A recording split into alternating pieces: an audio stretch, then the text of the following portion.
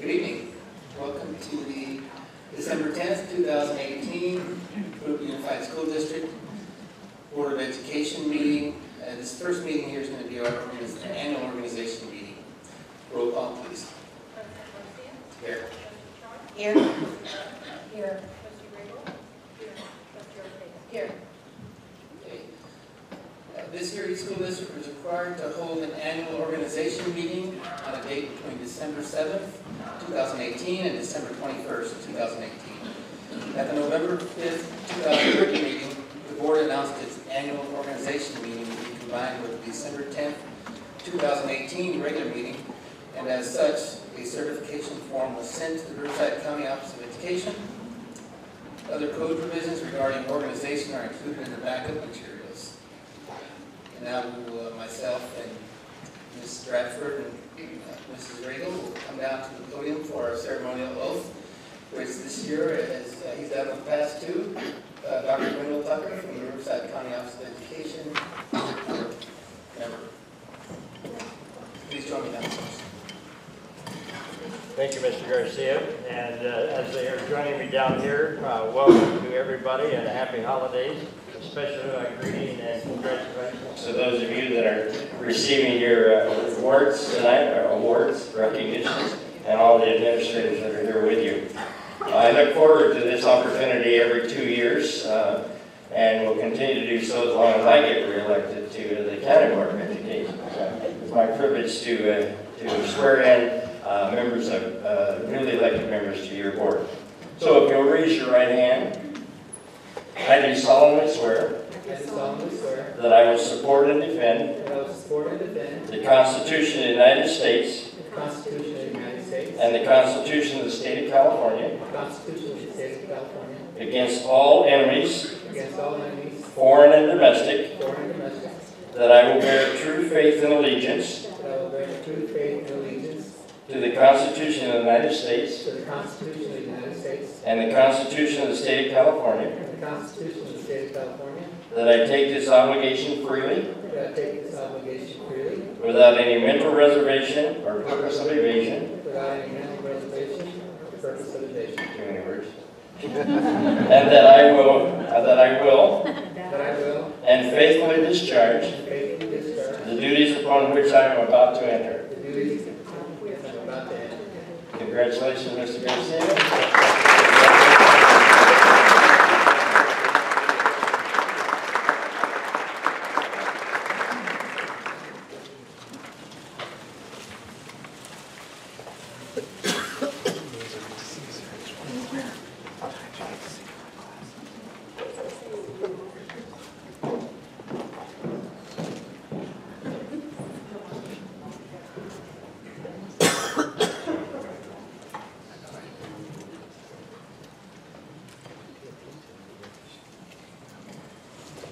Thank you again, Dr. Tucker.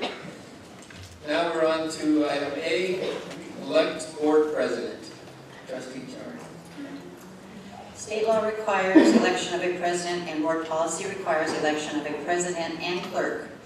As immediate past clerk of the board, I will be conducting an election for president of the board for a one-year term, beginning with this meeting. The elected president should receive the gavel, and I will present it to them. Nominations are now open for the office of president.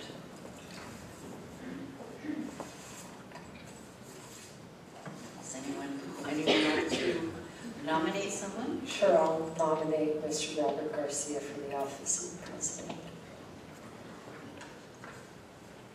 Do you accept? I will accept. If there's only one nomination for president, all those in favor say aye. Aye. Aye. If the nomination receives at least a majority of ayes, the president is elected and no further voting is necessary. Congratulations, Mr. President Garcia. Thank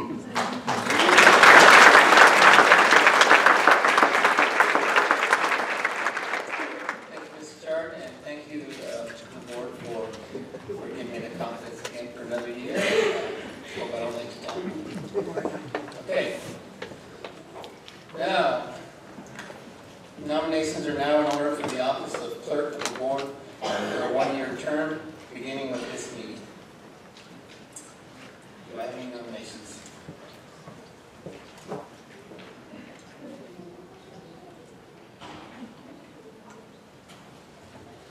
So, no, it's okay. I'd like to nominate Sylvia Ortega.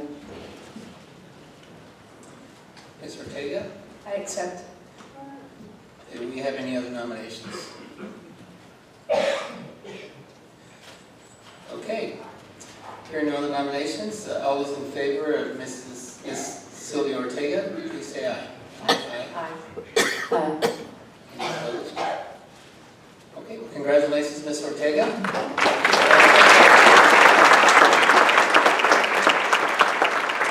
We'll take a couple minutes here. You want to switch up Ms. Ortega and Mrs. Charter?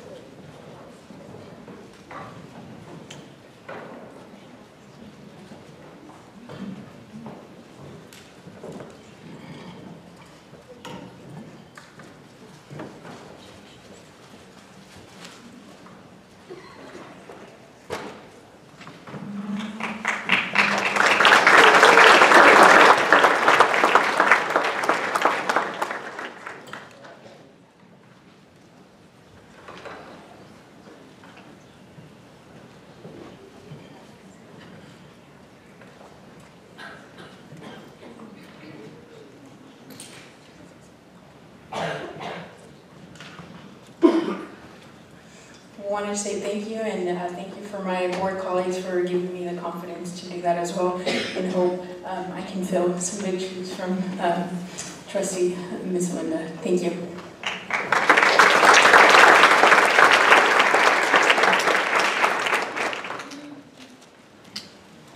All right.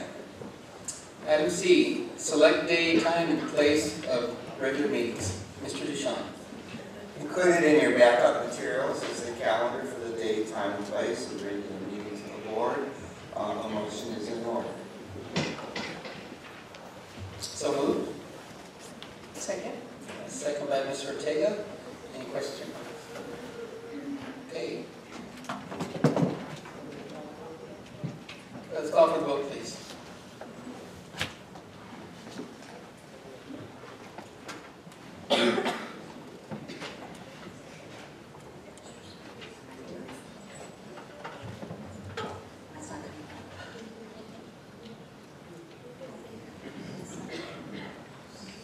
Okay, if you don't see on your screen, just reset, refresh. I've got my laptop already, so. See if it happens. There, got it. Got it.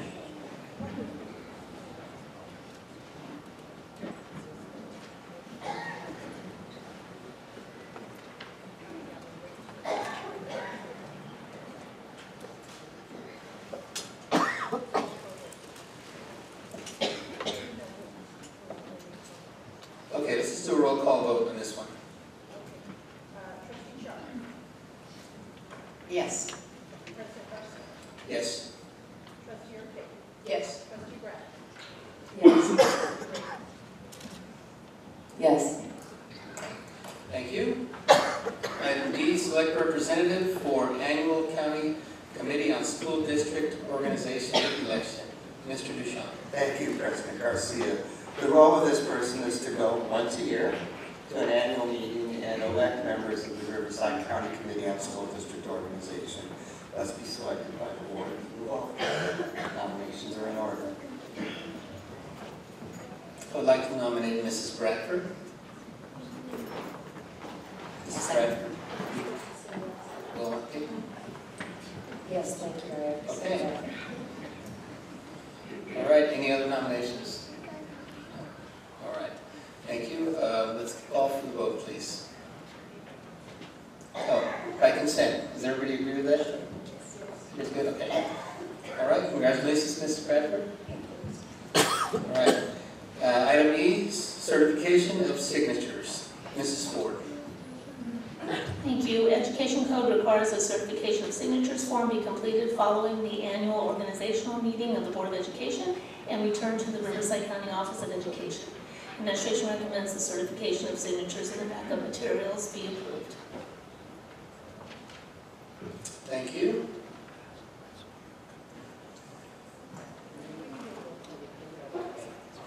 Okay, I'll make the motion to approve. So moved. Second by Mr. Ortega. Roll call vote, please. Yes. Yes. Yes. Yes. Thank you. Item F, appoint liaison representatives to District Advisory Committee. And Mrs. Chard, I believe you were on the District Advisory Committee. Is that something you'd like to continue to do? Yes, I will continue. Okay. Mrs. Ortega, would you like to be appointed to BLAC? Yes. Thank you.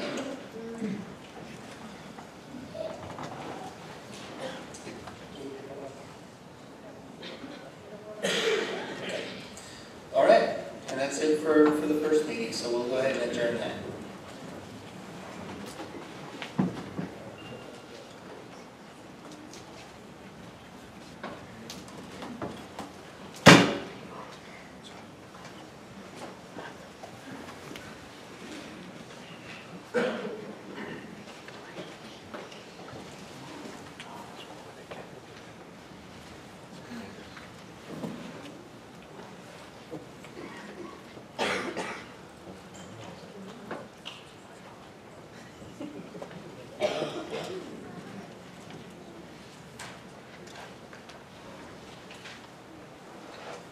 Okay.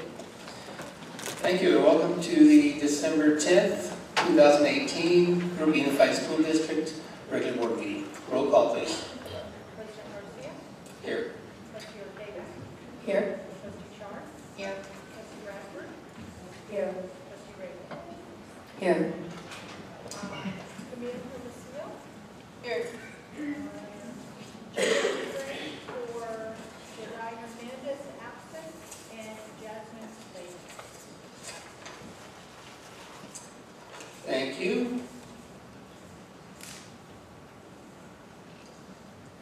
Okay, next we're on to our flag salute. Ms. Ortega, will you please lead us in the flag salute? Yes. Everybody please stand. And before you sit down afterwards, please remain standing for a moment of silence.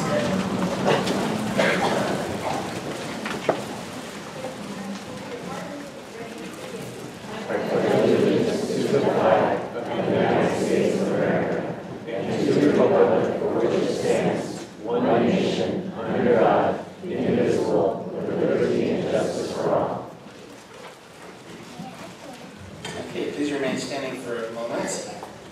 So tonight we have a moment of silence for Mrs. Rosie Partida, a retired employee. I'd like to hold a moment of silence for her and her family. She passed away on October 27th. She was hired back in 1974 as an instructional aide and also worked as a clerk typist and secretary at the Education Center. She retired in 2004. The board would like to express their condolences to the Partida family. And also I'd like to hold a moment of silence for Mrs. D. Satterfield, retired employee, who passed away on November 26th. Mrs. Satterfield was hired in 1975 as an account technician at the Education Center. She retired in 1995. The board would like to express their condolences to the Satterfield family.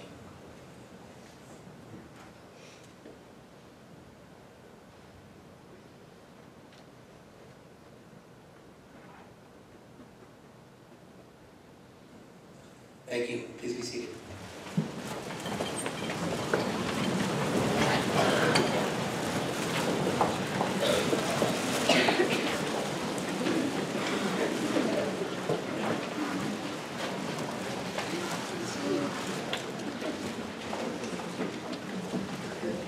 Okay, and I have the inspirational comments tonight, so hopefully I can inspire you. So many of us are involved within our community in some way. Some of us are Lions Club members, Rotary members, Jurupa Valley Adoptive Family, just to name a few. And I think sometimes we want to help and we want to inspire the masses. But imagine if each one of us in this room inspired just one person. So I have a quote I want to share with you by Dr. Seuss. To the world, you may be one person, but to one person, you may be the world. So have a happy holidays, Merry Christmas, and please get out and love each other and inspire each other. Thank you.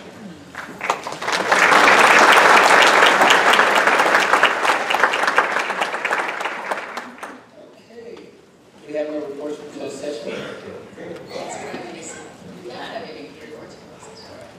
Thank you, Ms. Felsen. All right, welcome 2018-2019 student board members. Mr. Duchamp. Good evening and welcome. Have your little slide. So let's start with Camille Hermosillo from Jurupa Valley. Good evening. In the past month of November, the senior JAGs were busy with plenty of college and career readiness fairs and workshops, getting lots of valuable information for their college applications and career paths. On November 14th, ASB hosted the second blood drive in which many students participated to donate blood to those in need. That same week, from November 14th to 16th, at the JVHS Theater Programming class presented their semester play, 1984. The play was a great success and left a chilling impact on the audiences. On November 30th, the We Volunteer Club helped at the Jurupa Valley City Hall annual Christmas lighting ceremony by serving hot chocolate and cookies. Our Chambers Choir group attended to sing Christmas carols. It was definitely a warm welcome to the holidays approaching. As for this month of December, the JAGs are looking forward to their winter pep rally theme, World Cities, freshmen Toronto, sophomores Moscow, juniors New York, and seniors Tokyo. They are creating posters and participating in this week's Spirit Week to prepare for the rally this Friday, December 14th. The We Volunteer Club, along with several other students from AVID, are participating in the JUSD Food Drive Collection and organization on December 14th and 15th. We are looking forward to participating in this amazing school-wide district event. On December 13th, our Performing Arts Department Choir, Band, and Theater will be hosting the Arts Winter Showcase from 6 p.m. in the theater. Choir and band will be performing many Christmas carols and music while the theater program will be performing A Charlie Brown Christmas. We would greatly appreciate your support by attending this showcase. After Christmas break, the Jaguars are looking forward to their Jag Rush on January 16th and the winter formal theme Fire and Ice on January 26th. This concludes today's report for JVHS. Thank you. Thank you. And representing Patriot High School, Jamie Frank. Good evening, everyone. There are several upcoming events and activities coming up in this winter season. All winter sports are in full swing. Last week, on Thursday, December 6th, we held our Silent Night Carnival and game. The carnival was a great opportunity for clubs and sports to fundraise and publicize themselves. The Silent Night game was a success. The attendance was the most we have ever had to a basketball game. Our Community Service Committee is currently holding our annual holiday toy drive. Students will bring toys to school that will be donated to the less fortunate. Next week, from December 14th to the 20th, our final exams will be taking place, and we hope that all our students excel in and end first semester with a bang. We are also looking forward to our 3-week winter break. Finally, ASB is currently planning our winter ball and winter rally that will be taking place towards the end of January. That concludes our report for today. Thank you. Thank you, Jamie and Camille. Okay, on to number 2A, recognize induction to the Riverside Sport Hall of Fame. Mr. Dubrowski. Thank you, and I believe Mr. Luna is here. Mr. Luna, can you stand so everyone can see you? I'll say nice things about you. Thank you.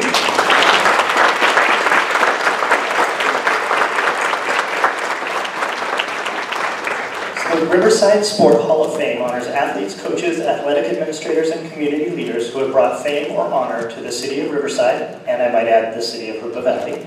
through their involvement in athletics. The district was recently notified that Ed Luna, Rubidoux High School teacher and coach, was honored by the Riverside Sport Hall of Fame at their Wall of Distinction event on November 17th. Congratulations, Mr. Luna, on such a noteworthy recognition.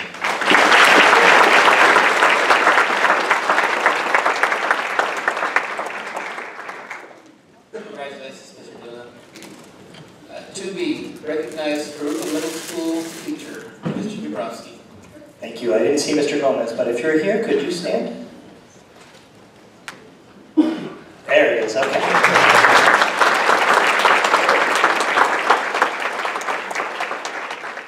Mr. Anthony Gomez, Jurupa Middle School teacher, was recognized on December 6th by the Inland Empire Council for Social Studies as a 2018 Educator of Excellence. Mr. Gomez is an educator who inspires students to perform at high levels and show good citizenship. He uses creative strategies to fully engage students, demonstrates broad content knowledge, promotes advanced social science thinking, shows leadership beyond school, helps students participate in opportunities such as History Day, Living History, Services Learning, and mock trials, and is a recognized team player. Congratulations to Anthony Gomez on a well-deserved honor.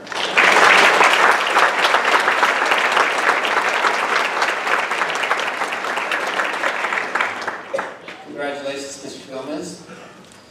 Okay, 2C, recognized Certificated Management Administrator of the Year, Mr. Duchamp. Well, Mr. President, if you would, and the rest of the board members would like to join us in front of the stage by recognizing a number of people. Okay.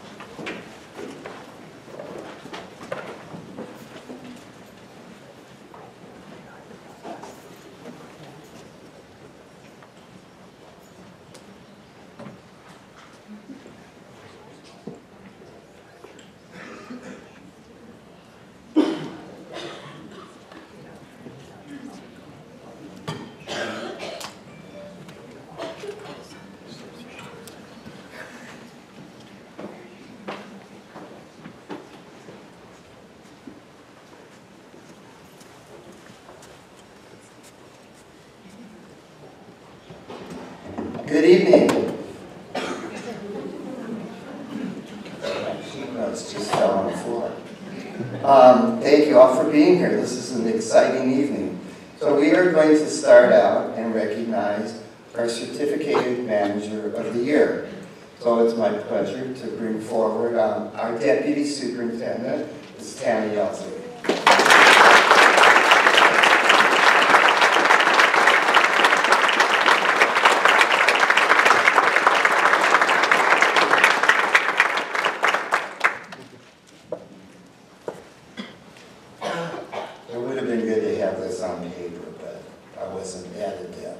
So, Tammy's been in Jurupa a number of years, and this is a very bittersweet moment. Most of you probably know that Tammy will be retiring at the end of the year, and not the school year, the calendar year. This will be her last board meeting, so we thought it would be memorable, make it memorable for her. I actually blew it. She did not know until this morning that she was being nominated. So the Riverside County Office of Education offers districts an opportunity to select a certificated administrator to be recognized at celebrating educators events in May. This evening, it's our pleasure to honor Mrs. Tammy Elsick, Deputy Superintendent. Her leadership as Deputy Superintendent makes a profound impact on the district. Her leadership in personnel services and the model that she provides as an administrator and educational leader is an inspiration to so many in our district and our region. Now, after 28 years of service to the children and employees of Jurupa, not to mention over 35 years of educational service in her career, Tammy will be retiring in January. So it is very fitting that tonight we are able to recognize and celebrate her and her career in Jurupa. Her first years were spent teaching kindergarten. What a wonderful place. And she went through every grade to get know. She then became principal of Sunny Slope Elementary School and began her tenure as an administrator in the district. In 2003, Tammy came to work in personnel, first as Director of Classified Personnel, and in 2005 as Assistant Superintendent of Personnel Services. In 2014, Tammy became the Deputy Superintendent and has continued to lead Personnel Services in that role. Tammy has come to know and work with employees throughout the district. Many of you met her on your first interview. Some of you met her when you were processing papers. All I can say is that personnel is one of the toughest positions in the district because you have to have courage and stand hard in defense of the children in the district and the employees of the district, but you have to have a heart this big and do it all diplomatically within the law and rules and regulations. Tammy has done an excellent job of that and is known as an expert in her field throughout the region and state. Tammy, you'll be greatly missed by all, and we wish you the best in your retirement. And we hope this is really, really embarrassing for you because we know you don't like this. She wouldn't have known until tonight or this moment if I hadn't opened my big mouth. Congratulations, Tammy, both on your retirement and for being recognized as Jurupa Certificated Administrator of the Year.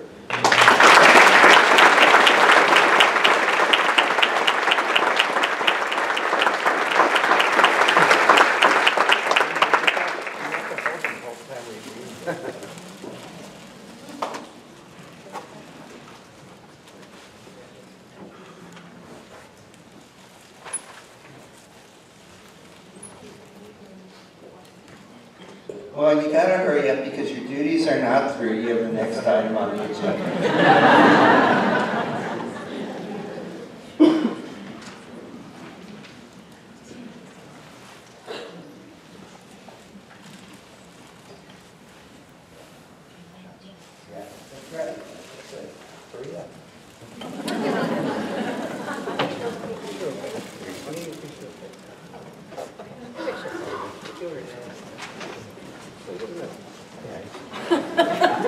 It goes between the thorns. Oh.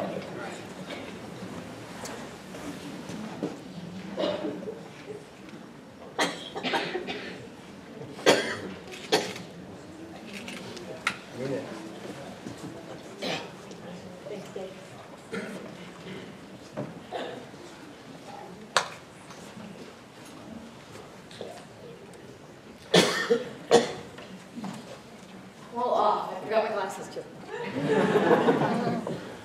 All right. Thank you.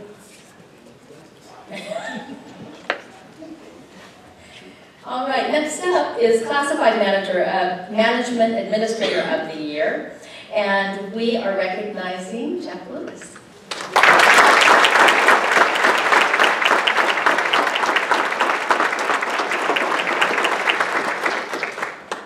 The Riverside County Office of Education offered districts an opportunity to select a Classified Administrator of the Year, and it's our pleasure to be recognizing Jeff Lewis this evening. Jeff is the Director of Centralized Support Services the Director of Centralized Support Services. Mr. Jeff Lewis first came to Jurupa in April of 2011 as the district's programmer and analyst. He immediately demonstrated his capacity to work in this hybrid position of system analysis and computer programmer.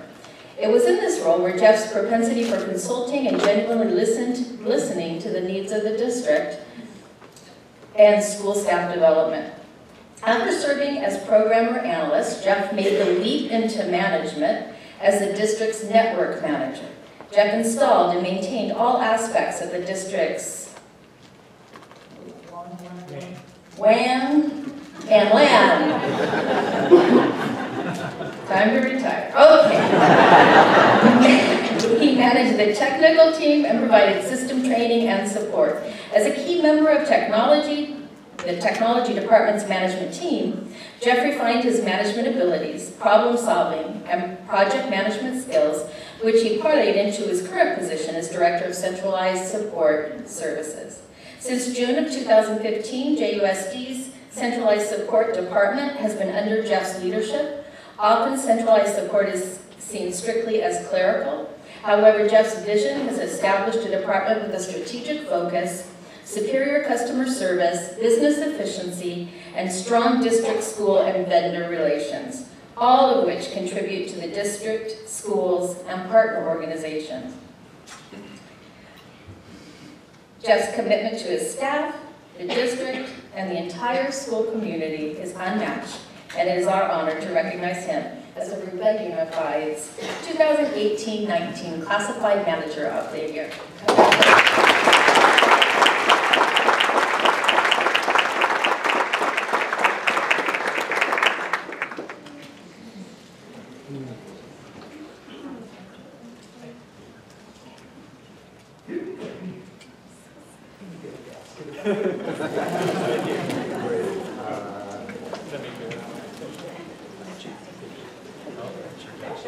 Oh, I'm sorry. Trying to get away out of this.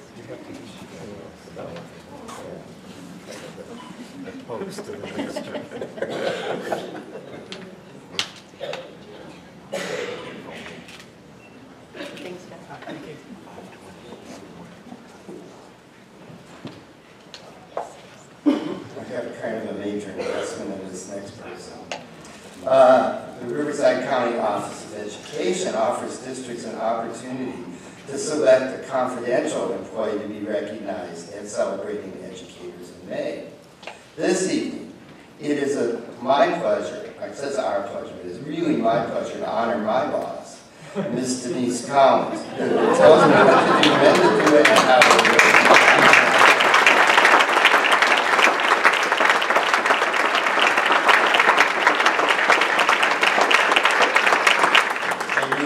I'm kidding, but I'm not. Denise is the Senior Executive Assistant to the Superintendent. That means she's the superintendent, as well as board and the primary role in supporting the superintendent and board and administration of the entire district. She knows every nook and cranny.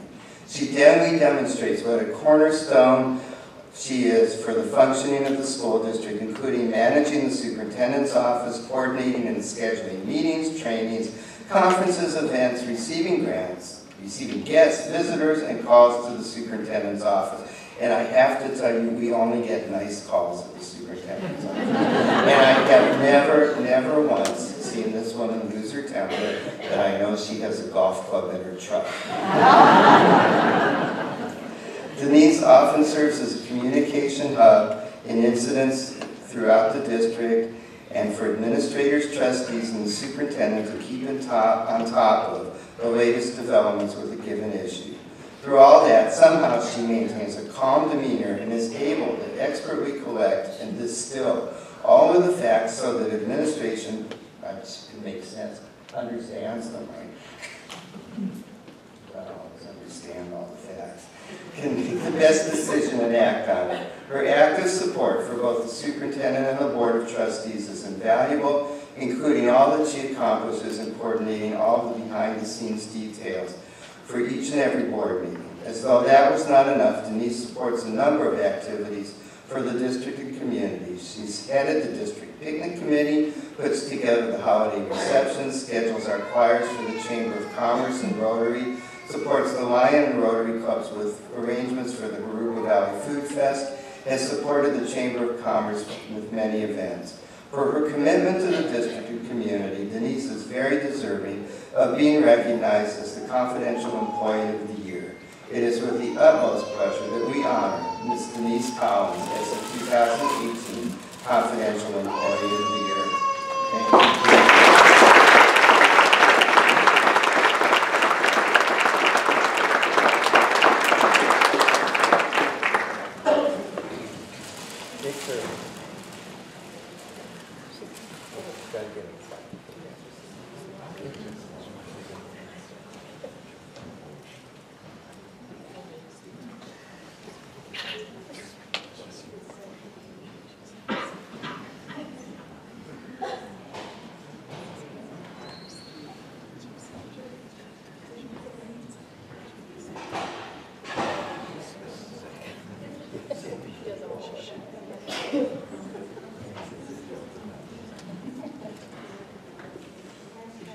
She her own plaque. That's what they're really okay.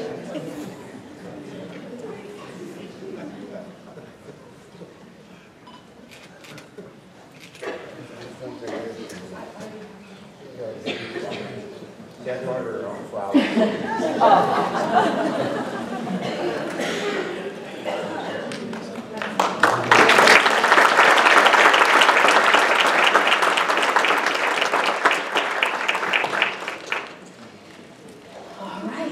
These all start out with the Riverside County Office of Education offers districts an opportunity to select a principal to be recognized at the Celebrating Educators event in May. This evening, it is our pleasure to honor Mr. Nicholas Blake as our Principal of the Year.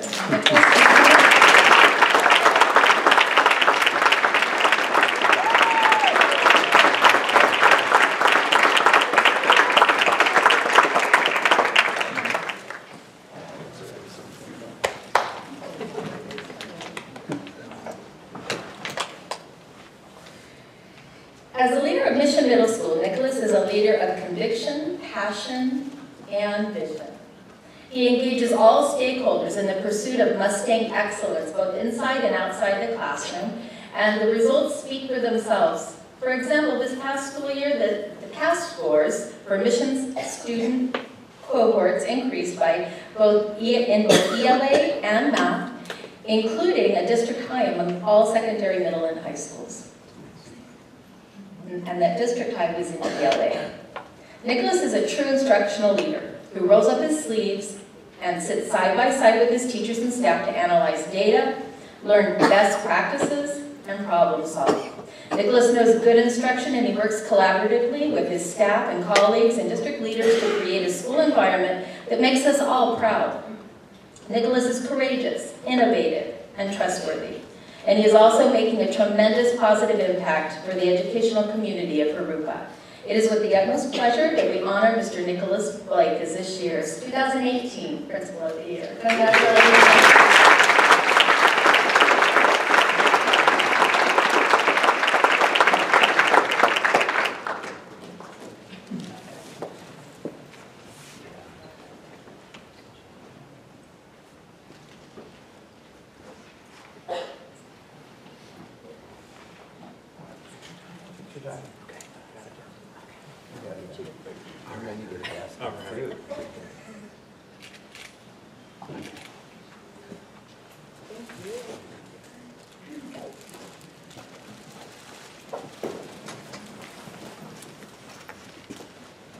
Next up is Jurupa's Counselor of the Year, Jennifer Green.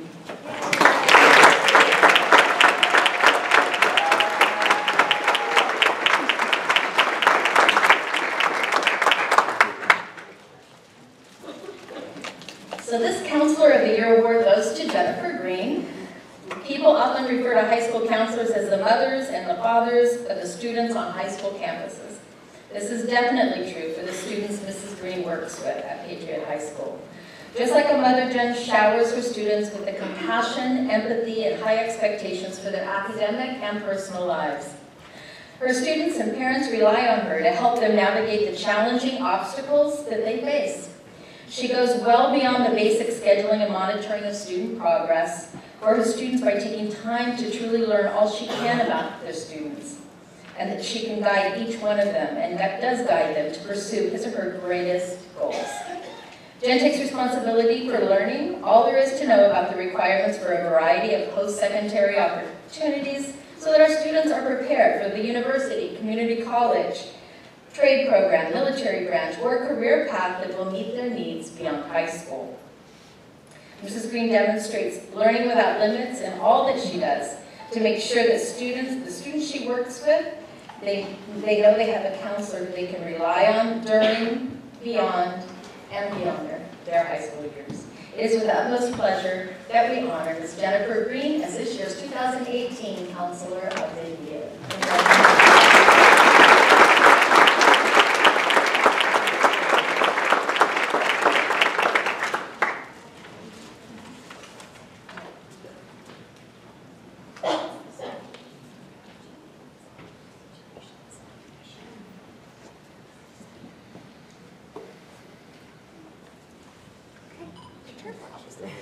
Cores.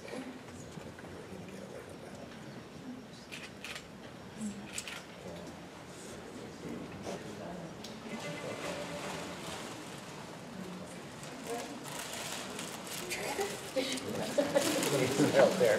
Got it? All right.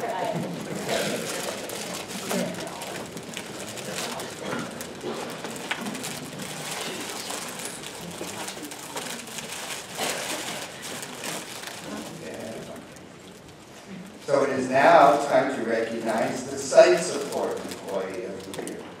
I won't read the beginning part. So the Site Support Employee of the Year is Lisa Hansen.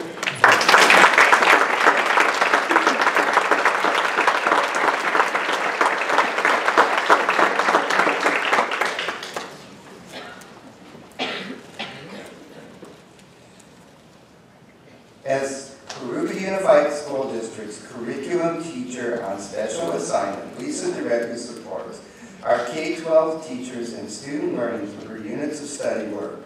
Her expert pedagogical knowledge of ELA math and science standards and her feedback to unit writers have been instrumental to our curriculum work. Lisa's curriculum mastery and focus on coherence is shared with our new teachers through her well-organized trainings and initiatives. I have to insert here, she also trains the superintendent, because when I don't understand something, Lisa explains it and makes it understandable. Until she leaves, then I think, The rapport she's established with teachers and administrators has allowed them to seek her out and ask questions or provide suggestions regarding curriculum and instruction.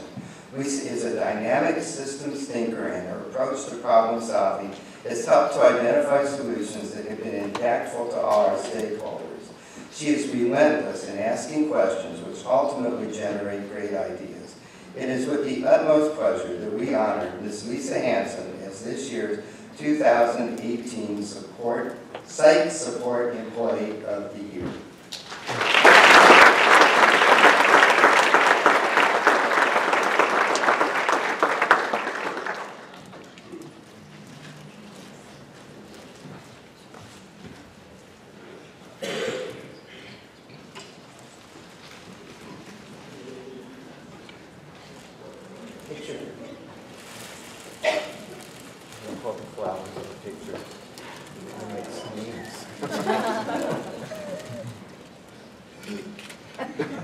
Take another one.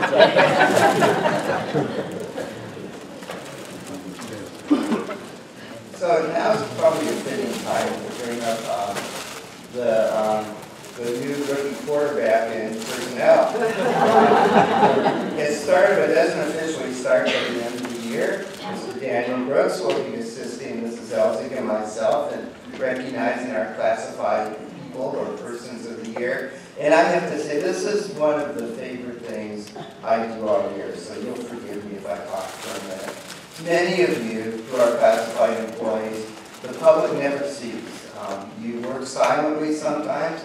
Sometimes you're out there in the fields. I recall 104-degree afternoons just prior to school starting, where our groundskeepers were putting sod down so that the track and playground at Mission Bell would be complete before the students got there, and it was hot, believe me.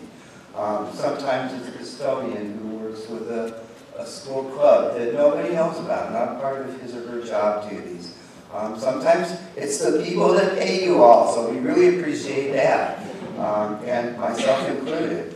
Or the people who count the textbooks or make sure the assessments are all done before they go out to the students. They're unsung heroes in our district, and we could not operate without them. The buses wouldn't roll, the doors wouldn't open, the lights wouldn't come on, the grass wouldn't be mowed, the weeds wouldn't be picked, the people wouldn't be paid, and the benefits wouldn't be delivered.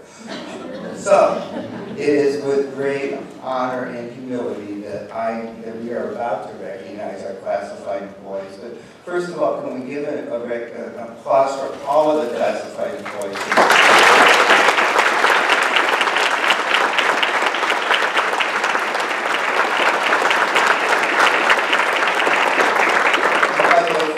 I started as a classified employee. Oh, I go first. Okay. So, in business services, we recognize recognize Marina Escobar.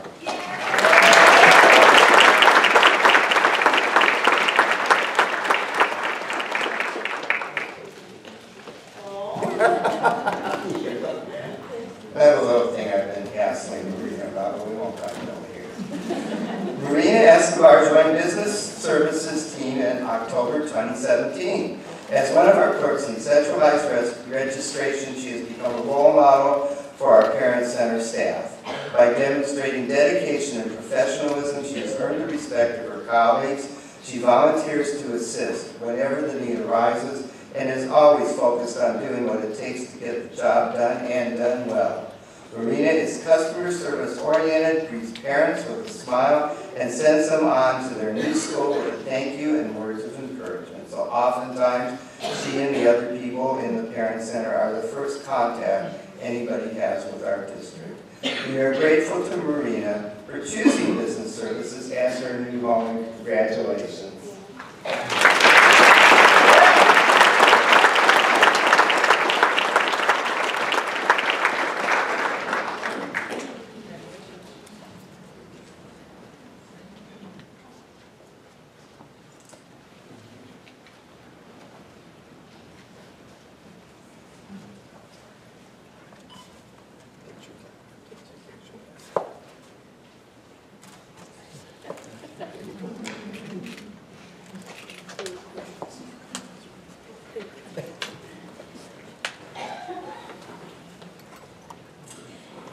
Next up are classified centralized support services. This is Tomas Sanchez.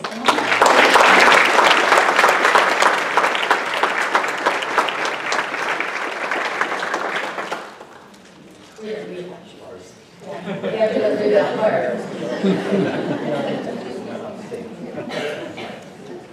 Tom's worked in the district's print shop since 2001, working his way up to senior print technician. Tom's focus is always on customer service and doing his best to meet the needs of schools and departments. Even if a print request is last minute, Tom does everything in his power to finish the job on time and pays attention to all of the details, ensuring that the end product looks professional. Workbooks, student planners, and posters are just some of his hard work, visible in classrooms throughout the district. Congratulations, Tom, for being our Centralized Support Services Outstanding Educator of the Year.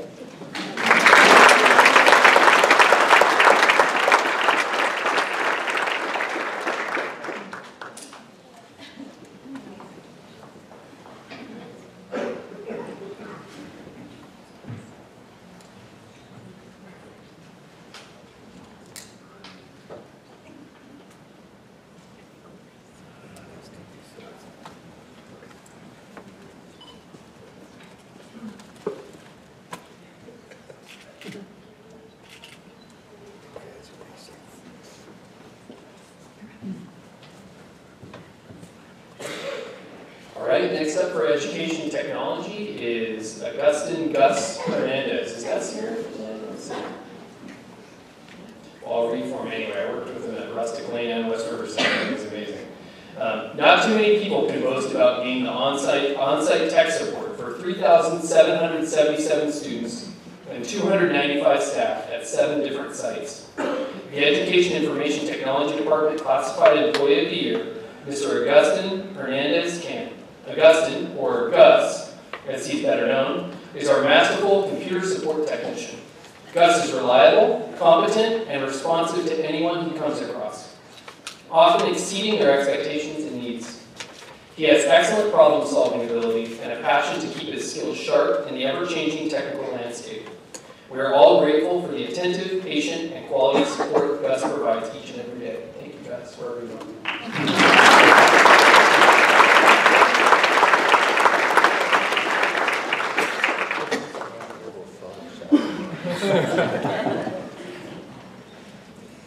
Education Services, Jennifer Todd. Woo!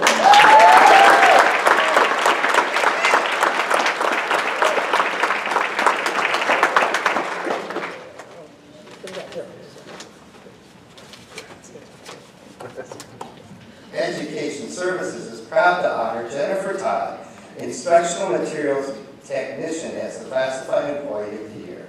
After starting in Jurupa as a parent volunteer, Jennifer became an instructional aide at Van Buren in 1990 and media clerk there in 1993.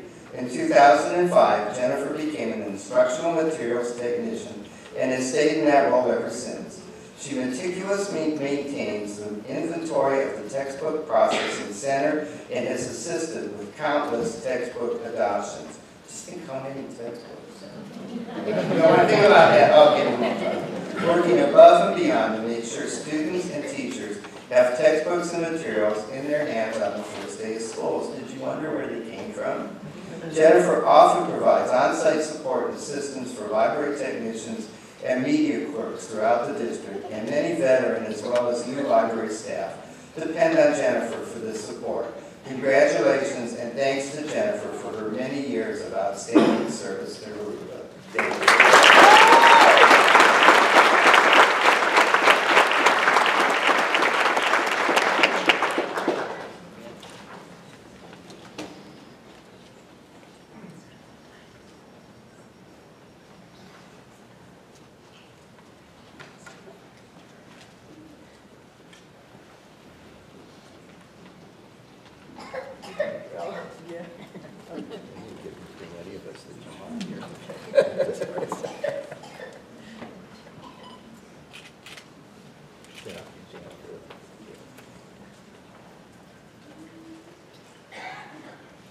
From our Head Start preschool program, Iris McClatchy.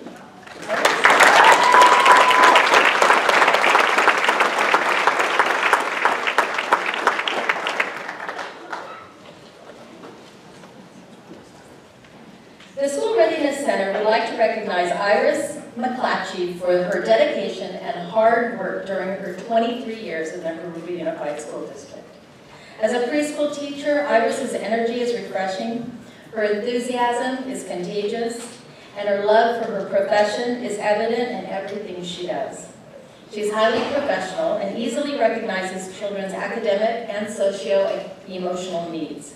Iris is expert at helping her students' parents feel more comfortable with their children's preschool experience by sharing techniques that they can use at home to help their children progress and stay on track.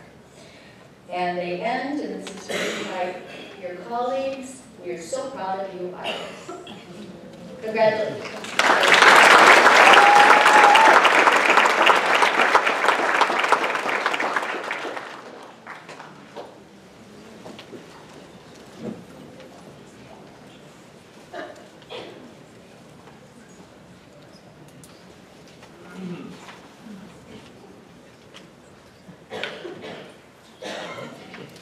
Picture, kind of used.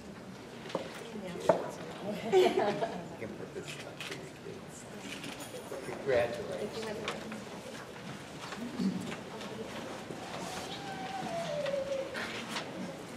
All right, next up for maintenance and operations, Aurelio Carrillo.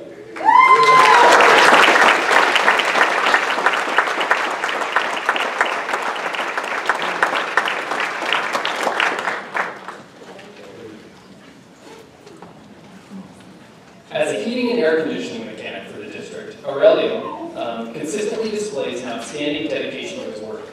His attention to detail and extensive background experience allow him to handle many HVAC assignments with ease. Even when faced with challenging problems, he's focused on finding solutions. Aurelio's enthusiasm and collaborative approach are infectious. In addition to his regular assignment, he also taught a night class at Jurupa Adult School this past year after working all day on our HVAC units. His work ethic, leadership, and model citizenship make Aurelio a valued part of the Jurupa family. Thank you, Aurelio.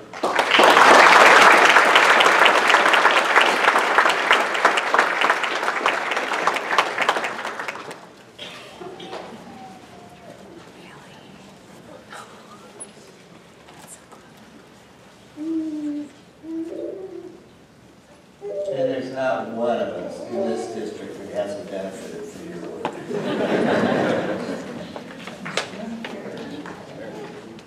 Oh, nutrition services. Terry King's not here. She is? Picture. Oh, picture. Sorry.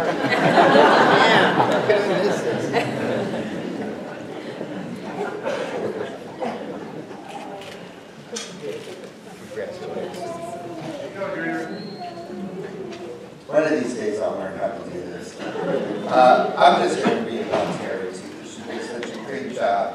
Nutrition Services is pleased to nominate Terry King for Classified Employee of the Year. In addition to handling numerous technical tasks, including hardware and software issues, systems update, employee training, she also acts as a think-together liaison for Nutrition Services. Manages Head Start preschool billing and many other vital duties. So if you're hungry, you know where to go. Terry consistently exhibits both a passion for her work and a strong sense of customer service. We're honored to nominate Terry King as Classified Employee of the Year.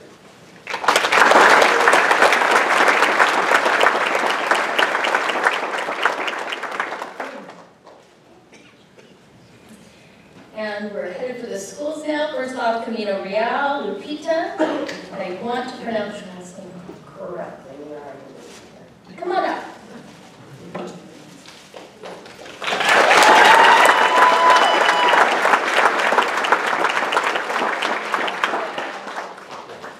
And it's Lupita Godinez. Thank you. Lupita Godinez is the epitome of what an educator should be. By trade, Lupita is an outstanding instructional aide, a compassionate BLT, a strong PTA president, and a former parent of a Camino Cub. She always has a smile on her face, and when she's not wearing one of her many hats, you can often find Lupita helping out in the library, completing a random task for someone, or even answering a ringing phone. When asked about her job, she replied with passion in her eyes and love in her heart, "I love coming to work, I love working with kids, and I love what I do." Lupita Godinez is an asset to our district, and Camino Real is lucky to have her.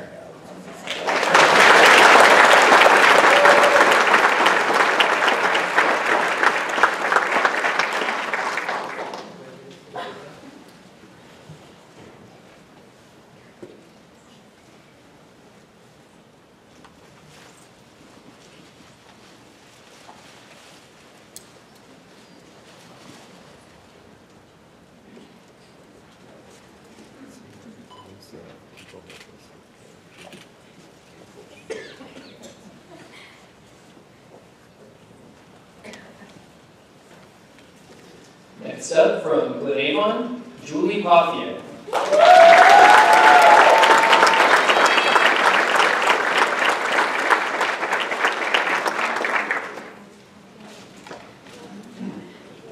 Congratulations.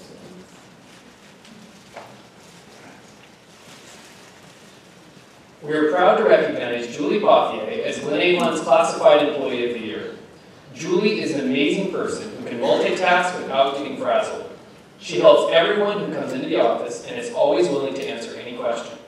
She does so much for the school and can always be counted on to work diligently to make sure all staff members and students have everything they need. She spends countless hours to ensure that every substitute position is filled every day. And on top of it all, she is also an active member of the Avid Booster Club. Clearly, Julie takes good care of all of Glenavon. Thanks, Julie.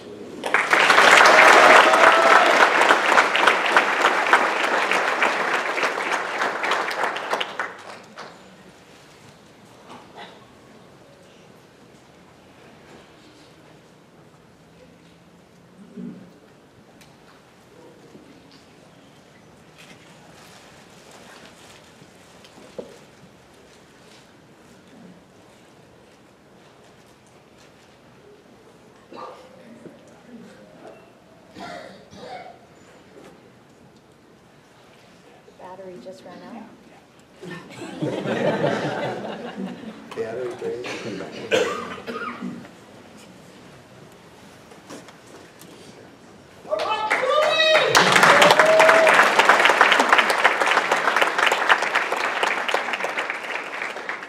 From Granite Hill, Cecilia Silva.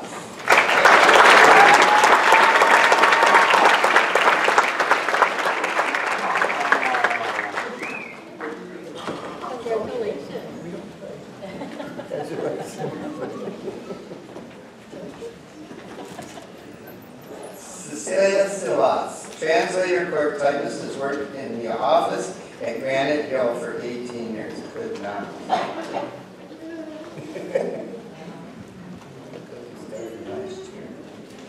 cheerfully welcomes students, parents, and staff visitors who enter the office.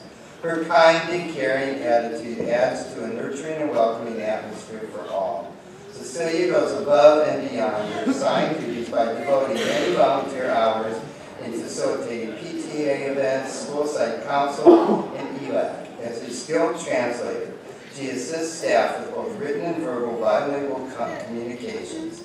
Cecilia is as tireless as the Energizer Bunny, putting heart in capitals and quotes and big case letters into everything she does, and so we appreciate it. So congratulations.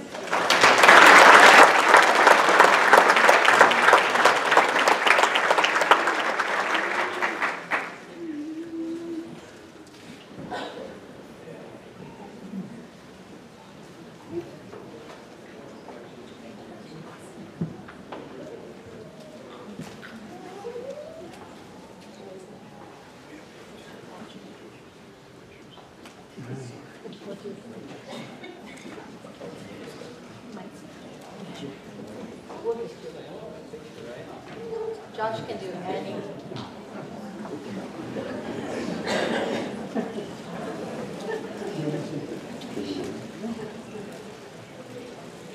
Ina Arbuckle, Maritza De La Torre.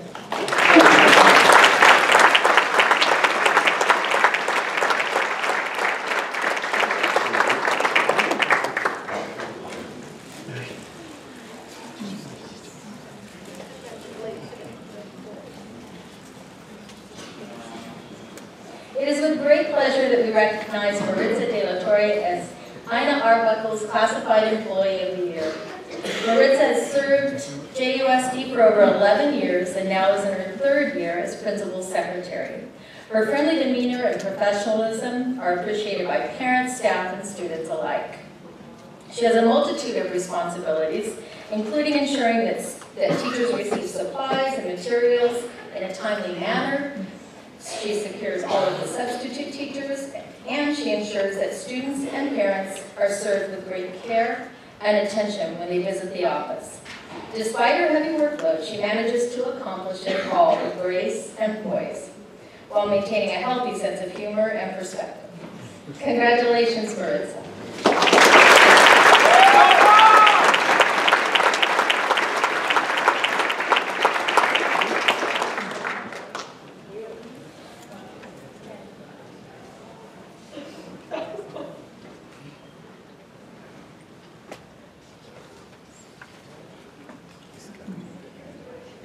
Oh, we're in? You got it.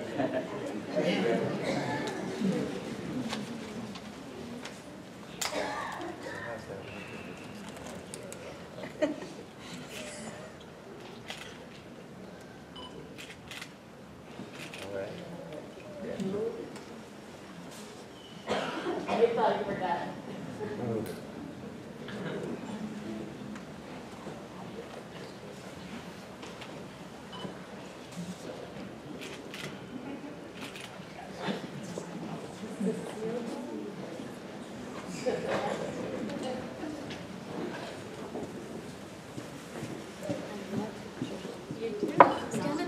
Thought you'd get out of this, huh?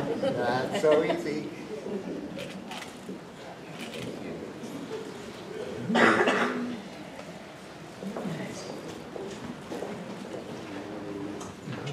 All right, next up from Indian Hills, Elvira Escamilla.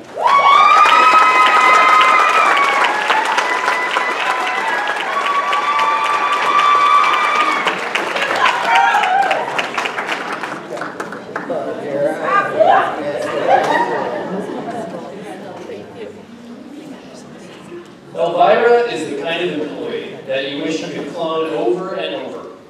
With a strong work ethic, Elvira is always willing to go beyond her assigned duties as activity supervisor to ensure that students are safe and have a clean environment. She comes to work ready to be moved or to cover another position because another staff member is unable to work that day. Her positive attitude is also something that gets noticed by students, parents, and staff. She's a quick learner who puts 100% effort into all of her responsibilities. Indian Hills is honored to recognize Elvira Escamilla as its Classified Employee of the Year. Thank you for all your work.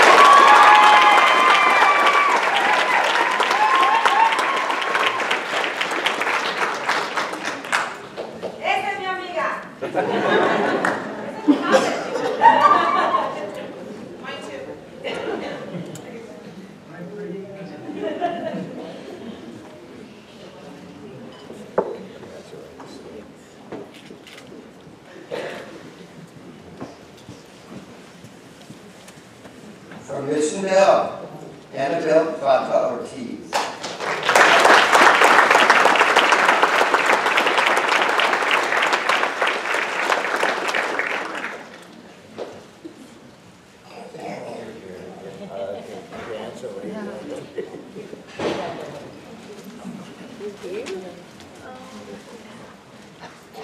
It is with great pleasure that Mission Bell recognizes Annabelle Plata Ortiz as the Classified Employee of the Year. Annabelle serves as instructional aide in the primary SDC class and as a bilingual language tutor. The teachers she works with praise her ability to adapt and modify according to students' needs. She has such a solid grasp on early literacy routines and working with small groups that she could probably run the classroom herself if the teacher were not there. Annabelle's success and her enthusiasm have proven to be a source of pride for Mission Bell, where she is very much loved and appreciated. Congratulations, Annabelle.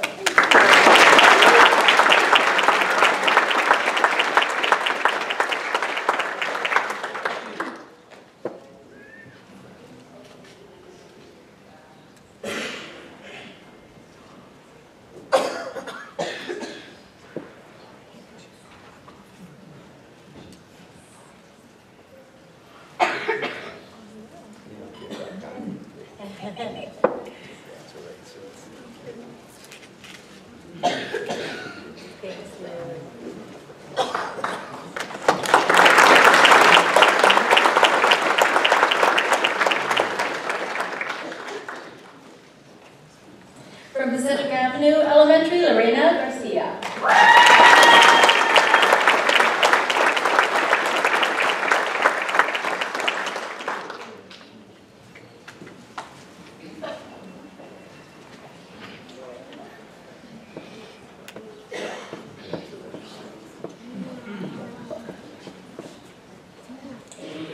English essayist William Hazlitt wrote, "A gentle word, a kind look, a good-natured smile can work wonders and accomplish miracles."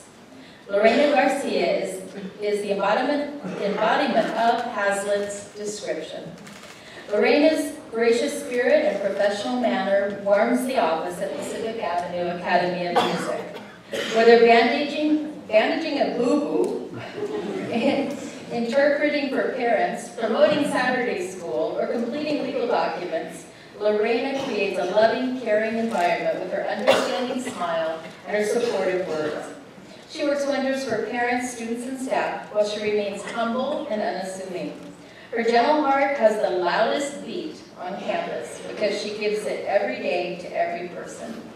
We are very lucky to have Lorena Garcia at Pacific Avenue Academy of Music.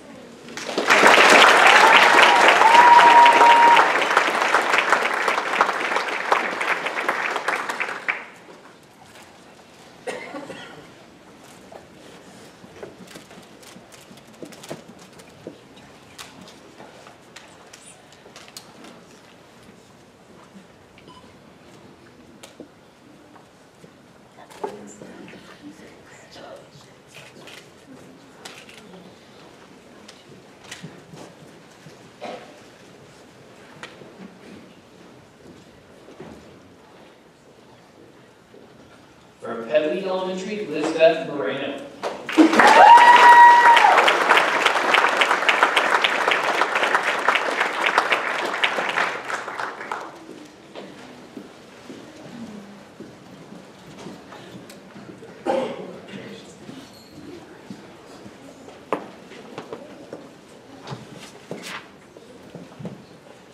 Pedley Elementary would like to recognize Lisbeth Moreno as Classified Employee of the Year. A bilingual language tutor who also serves as a substitute teacher and a substitute media clerk, Lisbeth is known for her love for students and a willingness to help plan, organize, and find new ways to improve the school. She takes part in the Kindy 500 and Parent Appreciation Luncheon each year. Sonia Sotomayor once said, "I have come to believe that in order to thrive, a child must at least have one adult in her life who shows her unconditional love, respect, and confidence." Lisbeth exudes these qualities. We congratulate Lisbeth. Thank you for all you do.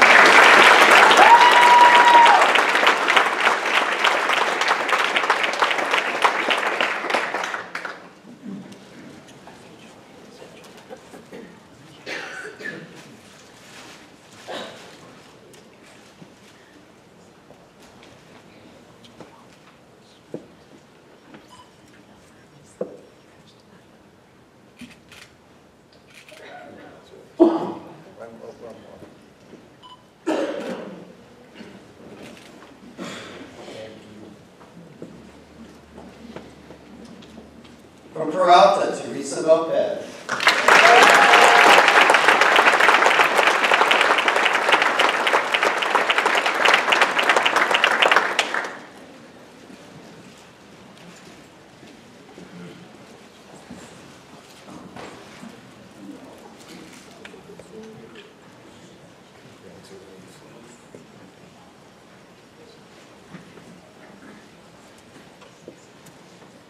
Peralta Elementary is blessed to have Teresa Lopez as our classified employee of the year.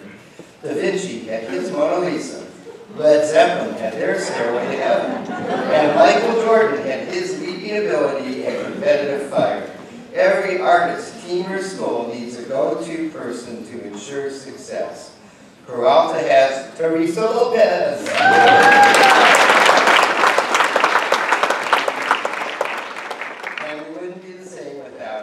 When staff voted for Classified Employee of the Year, one staff member summed it up perfectly. Tilo deserves this award all day, every day. We love you, Tilo.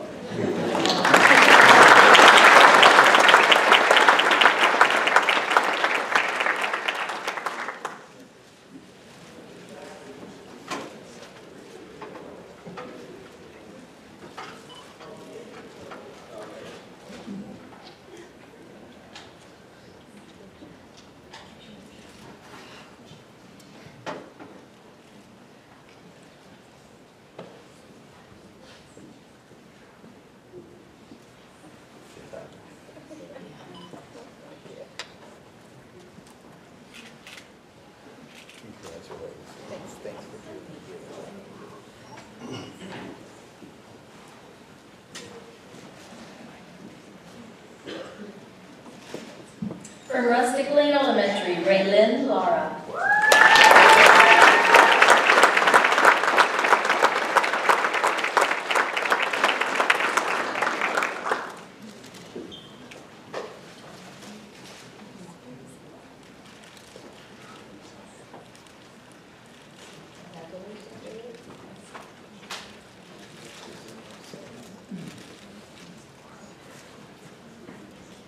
Raylyn Laura has been at Rustic Lane from the start of her career in 2007, and her positivity and care for students is evident in all of her work. She's very friendly to all students and staff, a true team player, and takes her role as activity supervisor seriously. Ms. Laura takes the initiative to brainstorm new ways to keep students both in the MPR, the multi-purpose room, and on the playground happy and active. She collaborates and bounces ideas off of staff, always shares a friendly smile and a warm hello, and really makes everyone feel genuinely cared for. We cherish and appreciate her for all that she gives. Thank you, Ms. Laura.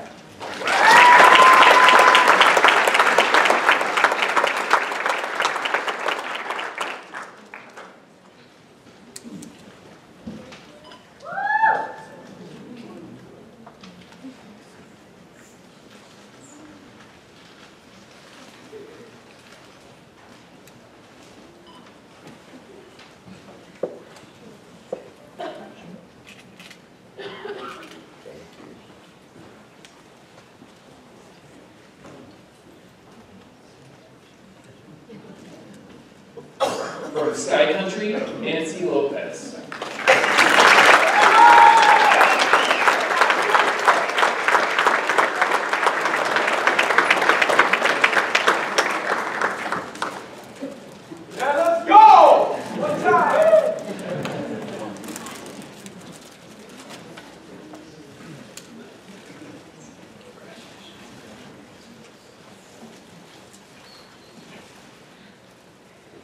Nancy Lopez has an excellent work ethic and enthusiasm when performing her job. As a custodian, Nancy has shown that no matter what comes her way, she will do it with no questions asked. She has covered as a head custodian many times with perfection. She's a friendly face on campus and is always willing to help teachers and staff. In a position that doesn't always get recognized, being the night custodian. The staff at Sky Country want to let Nancy know that her hard work and dedication to the school do not go unnoticed. Nancy is an outstanding classified employee. Thank you, Nancy.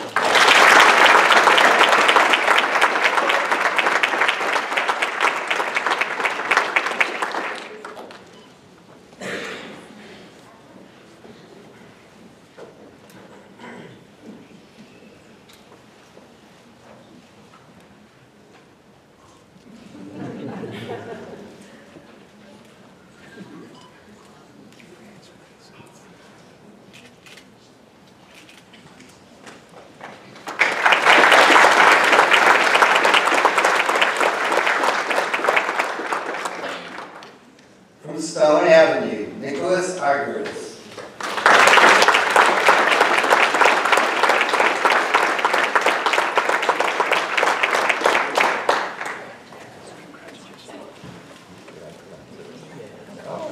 Congratulations. Stone Avenue Elementary's classified employee of the year is Nicholas Arguris. As a custodian, Nick is dedicated, hardworking, and goes out of his way to help staff members. Nick is focused on keeping the school clean and takes initiative to complete tasks in a timely manner. He works well with other custodial staff and supports them always with a positive attitude. Nick has fostered relationships with staff and always answers the call of duty with a smile on his face. Not only does Nick make sure our campus is clean and quick to lend a helping hand, he is dependable, efficient, and unfailingly punctual. Congratulations.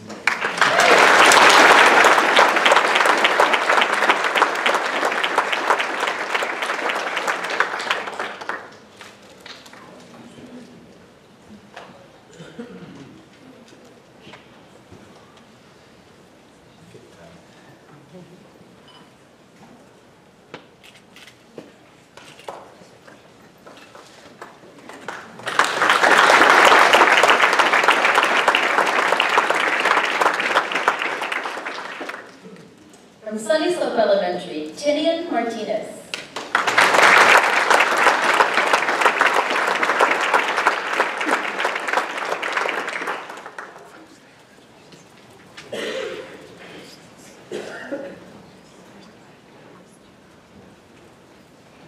Sunny Slope Elementary is delighted to have Ms. Tinian Martinez as Classified Employee of the Year.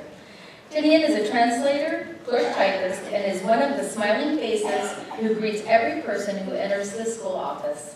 Her professional and courteous manner has been a huge asset to the Sunny Slope staff and community. Tinian is always willing to take on any assignment and assist everyone with any task.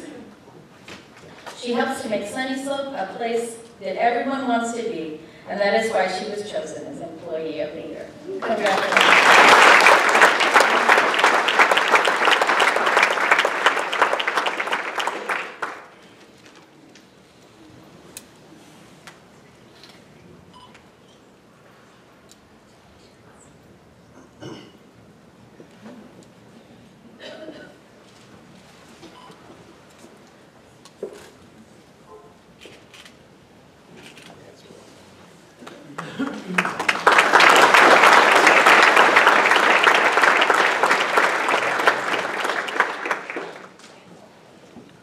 From Trot Street, Laura Ponce.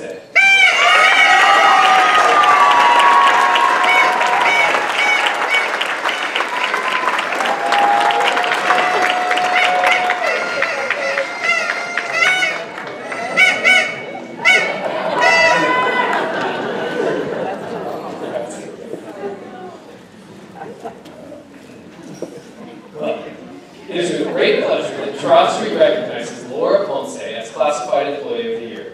As a translator clerk typist, Laura is the first person students and parents greet when they walk into the office. Laura always has a warm smile and a positive attitude that lights up the front office.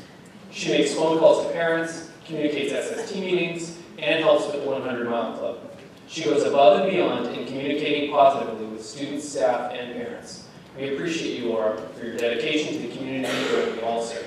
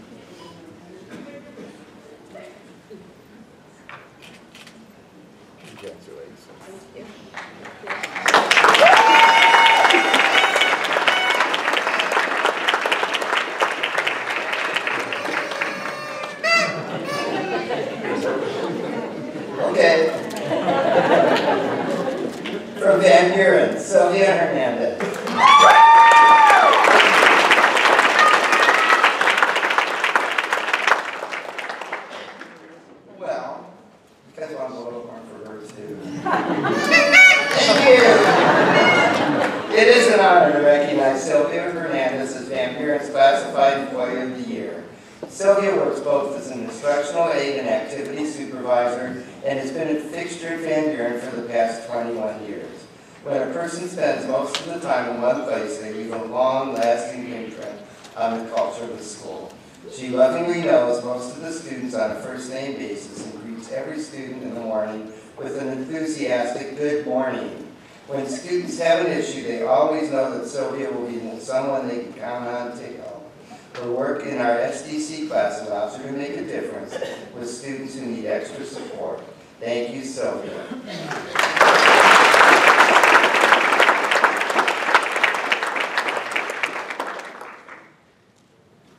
From West Riverside, Renee Ayala.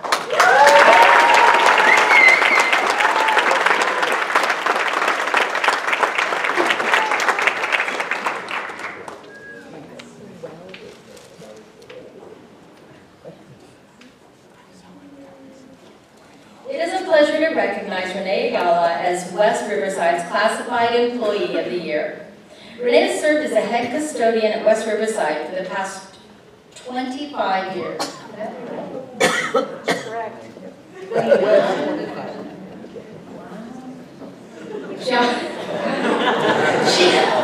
She always has a pleasant smile and a positive attitude regardless of what comes her way, going above and beyond her daily requirements to put the students and staff first. Renee is always willing to step in and help and is a valuable member of the PTA, volunteering many hours every year. She is kind, patient, friendly, and diligent about her work. Above all, she is passionate about her many roles, including head custodian, parent volunteer, and friend to all. The West Riverside staff cherishes Renee and her commitment to their community. She is truly West's best.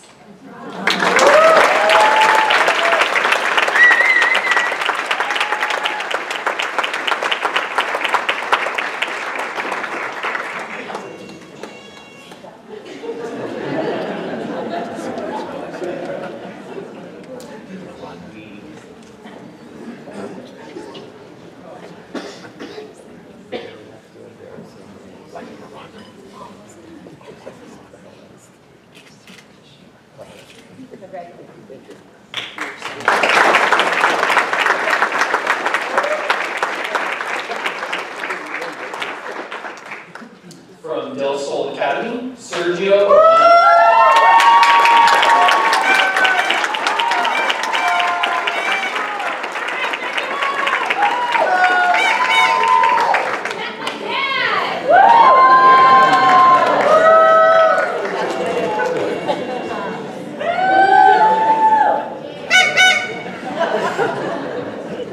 Sergio Arana is a class act. As Del Sol's head custodian, he fully understands his importance within the organization and how he can make a positive contribution to establishing a positive, student-centered culture.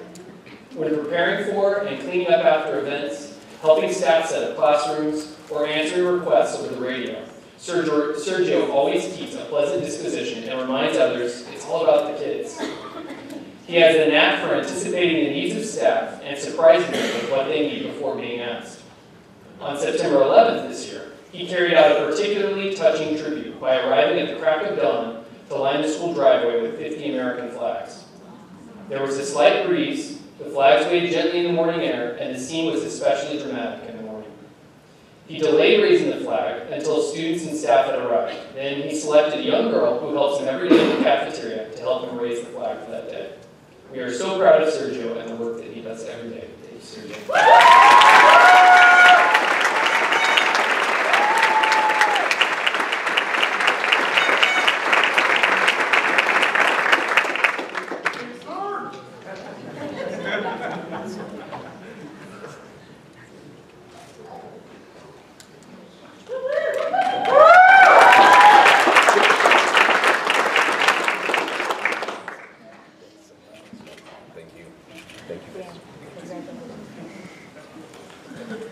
That was awesome. Jurupa Middle School, Cynthia Beeman.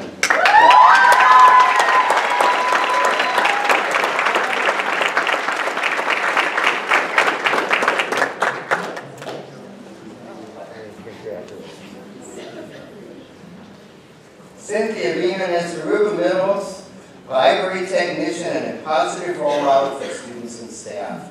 Cindy is on the school's Positive School Culture Committee, Staff Club, and School Site Council. She runs a book club for students and makes sure to include our students in the Moderate Severe Special Education Program at JMS West. Cindy is someone who always is cheerful and upbeat no matter the situation and has a positive attitude that's contagious. Because of Cindy, our library is the heart and soul of our campus, hosting student award ceremonies, staff meetings, parent classes, and after-school tutoring. Cindy also works collaboratively with other middle school library techs to ensure that the middle school registration days go smoothly, and she presented at JUSD Summer Jam. Cindy is the epitome of a proud Panther, and we are honored to have her as part of our staff.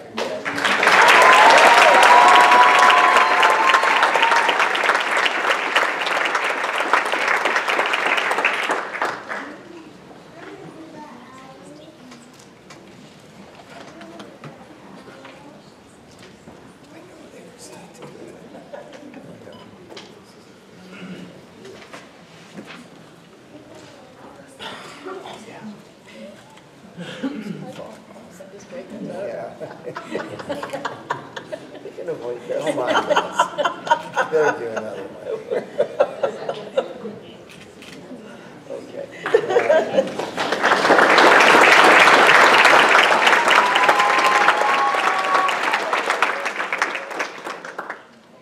From Muirlow Middle School, Jonas Garfield.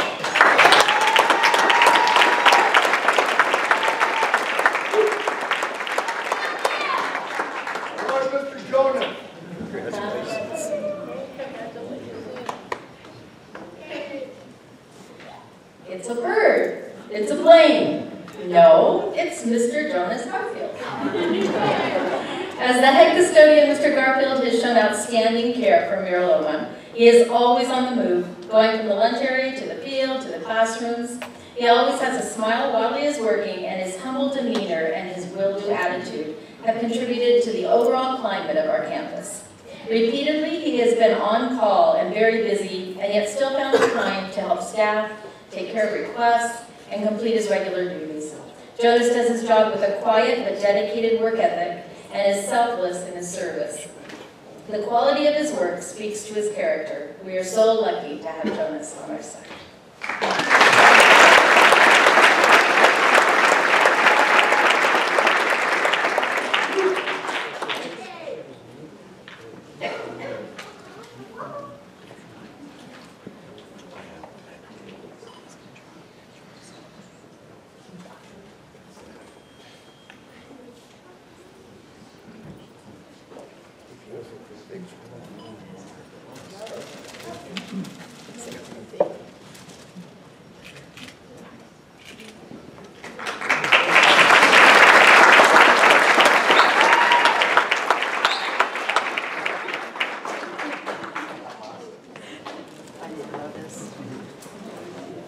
From Mission Middle School, Mari Carrasco Maruki.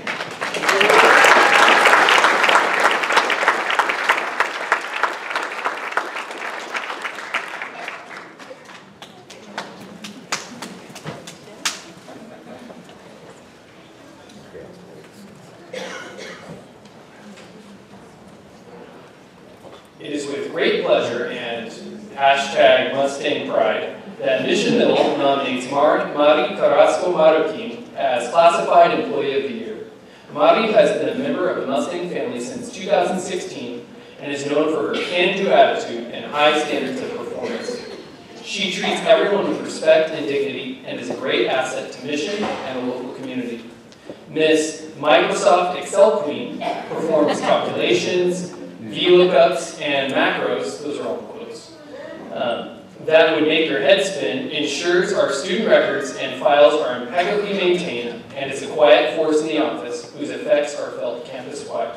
We couldn't be more proud and appreciative to have Mari as a part of our Mustang family.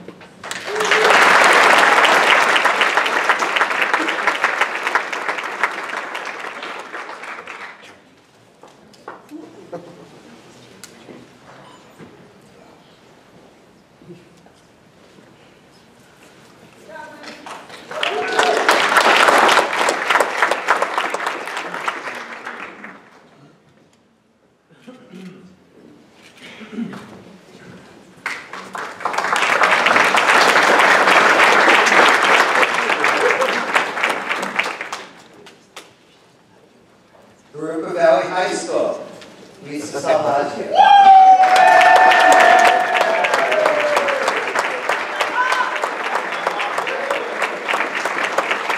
You notice how we put you seats, though, it would be really difficult.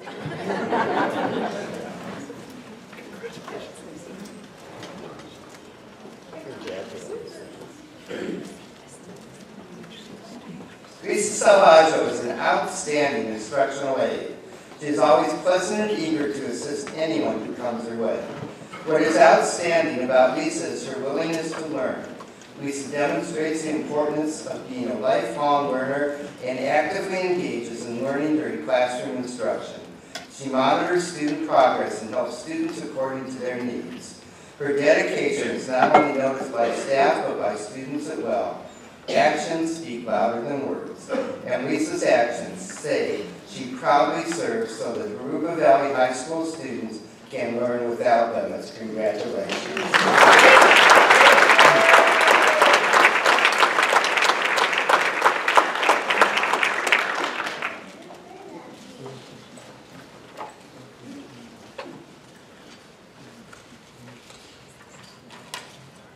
Love you, Mom.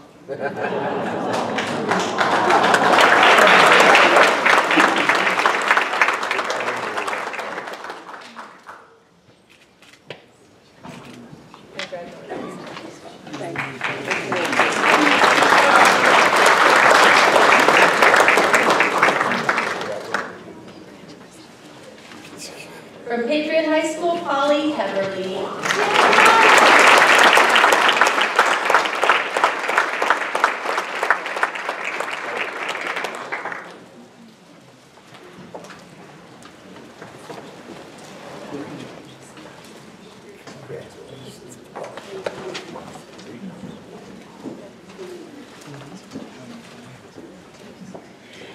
Patriot High School is extremely proud to honor Daniel's grandma, Polly Heatherly. For a minute. All right. We are fortunate to work with one of the most knowledgeable, friendly, and dedicated principal secretary in the district.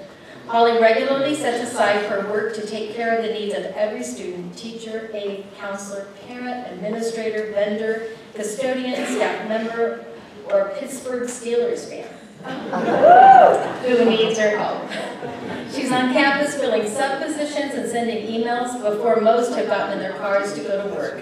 And she is in the office working on budgets or invoices after most of us have made it home. Even when her husband's custom ringtone begins to chime on her cell phone in an attempt to remind her that it's time to go home, she will continue on finishing her project. If Polly has left the office on time, you can almost guarantee that she's out at the gym or out on the field supporting our students and teams in their sporting events. Congratulations, Polly. Well deserved.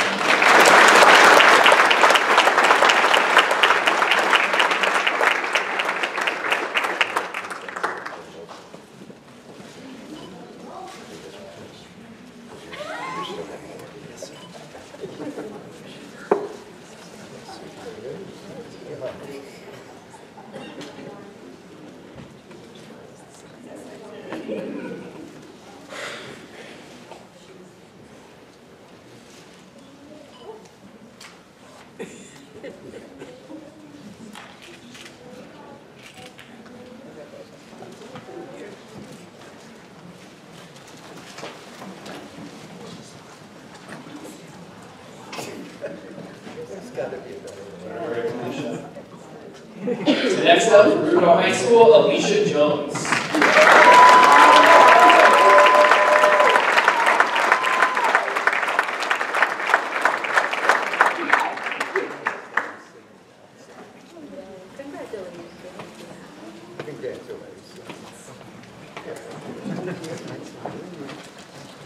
It is an honor to recognize Alicia Jones as Jurupa High School's Classified Outstanding Educator.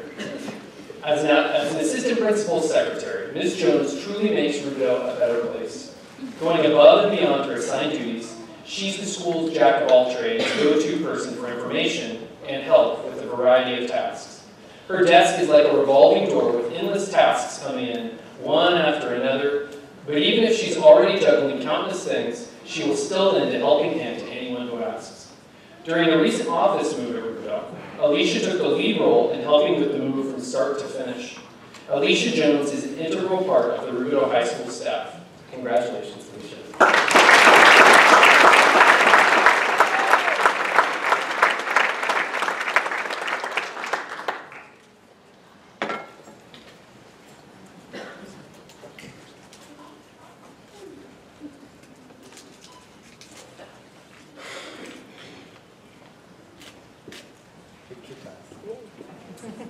Everybody's favorite.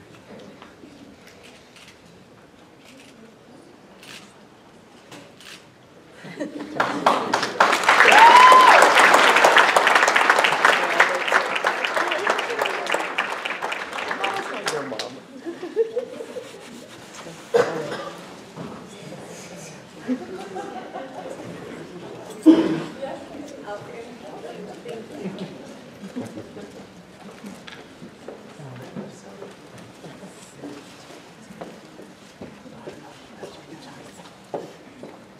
From the Learning Center, our Sally Mumina.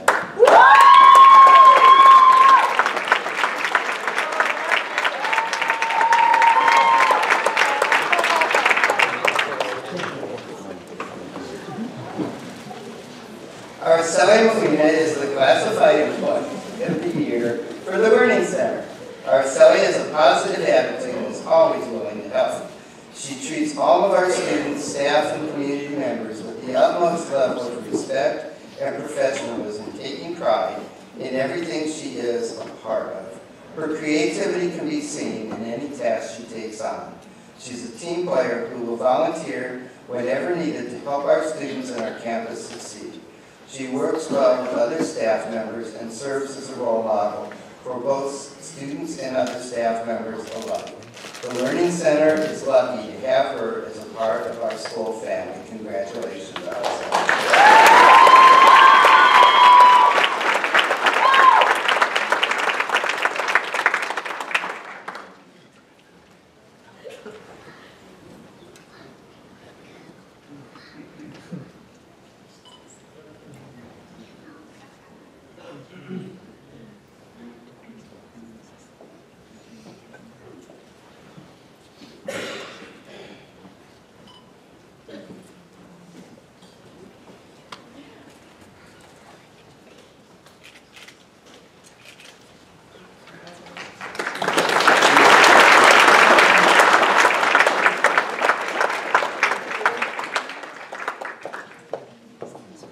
And last but not least, oh, sorry, I have to go through this drill.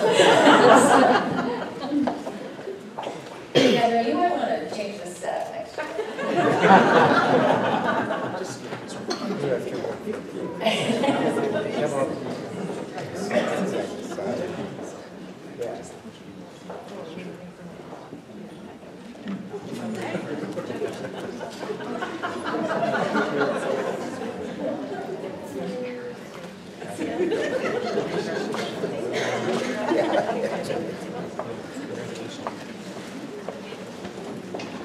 You made it, Yesenia.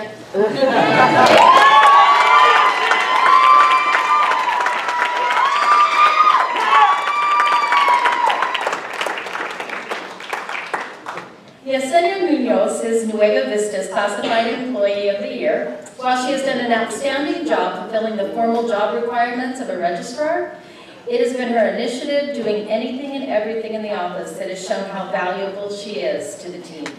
She answers phones, interacts with parents and community members, translates during meetings, coordinates with other district personnel about potential and former students, assists at student intake meetings, and helps facilitate transportation for new students.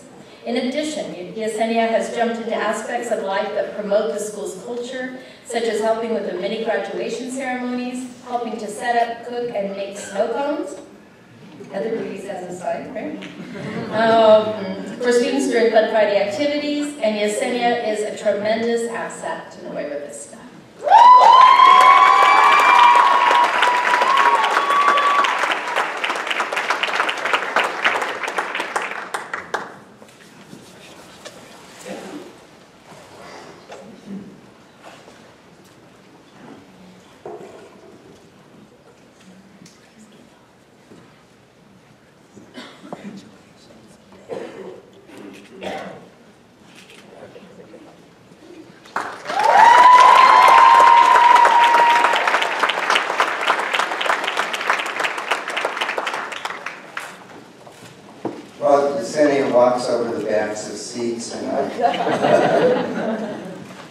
Let's have an applause for all of our classified.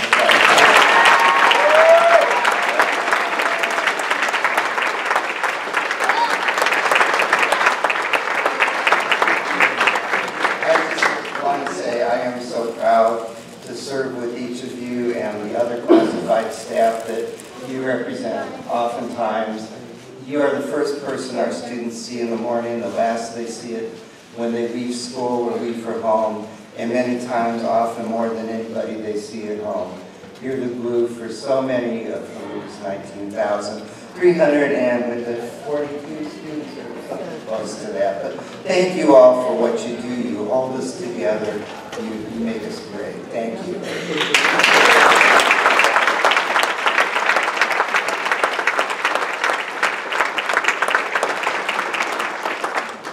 Well, we can only give one of these and recognize one person. So don't feel like there's a lot on your shoulders, but you represent all over 1,000 classified staff in the district, and you get to do that for the next year. Jennifer Todd.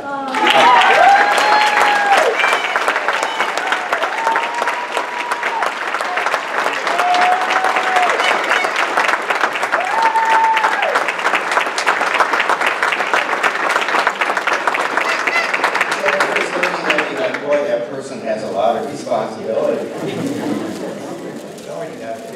Or you want a picture with flowers and the other lab? Thank you so much.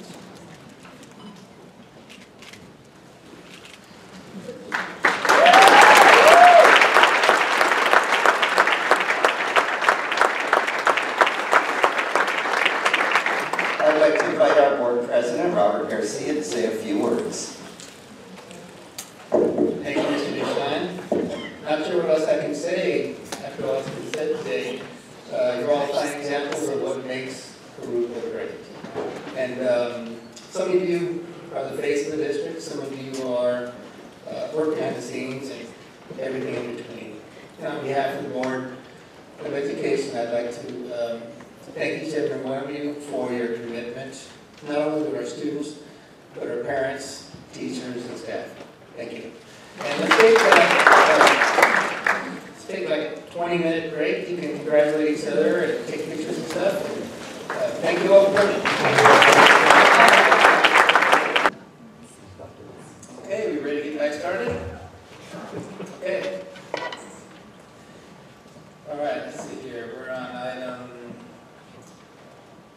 J. J? Okay. Recognize funding for 2018-2019 Agricultural Career Technical Education Incentive Grant. Mr. Jurupa.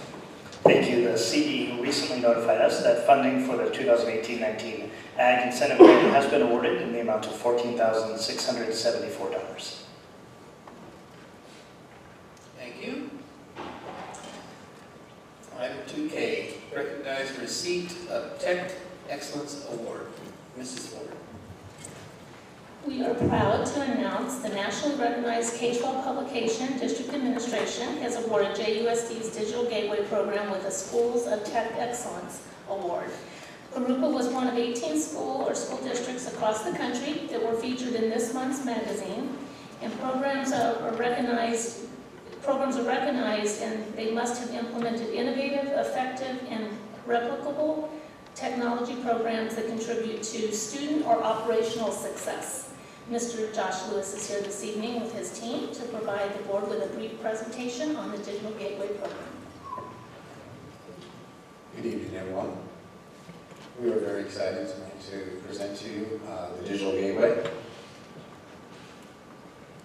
And with me tonight,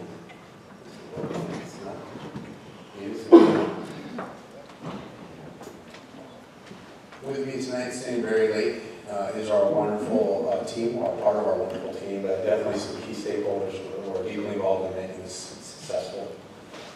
Not with us, Crystal Freeman, but we do have our Director of Network Administration, Mr. Michael Roy. Our Ed Tech Coordinator, Veronica Gonzalez. Josh, could you speak up with Tim? Absolutely. We have our Technology Curriculum Coordinator, Amy Noyce. And our other Technology Curriculum Coordinator, Daniel Richards. and Matt Hahn, our database administrator, director of database administration.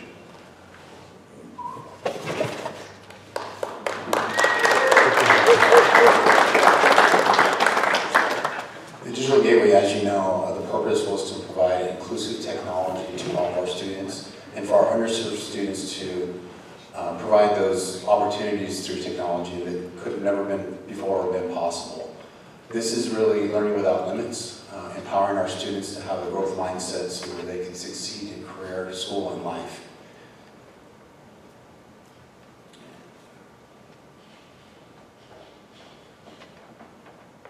This initiative, as you know, was funded by Measure EE, which is the General Obligation School Facilities Bond that all voters passed in 2014.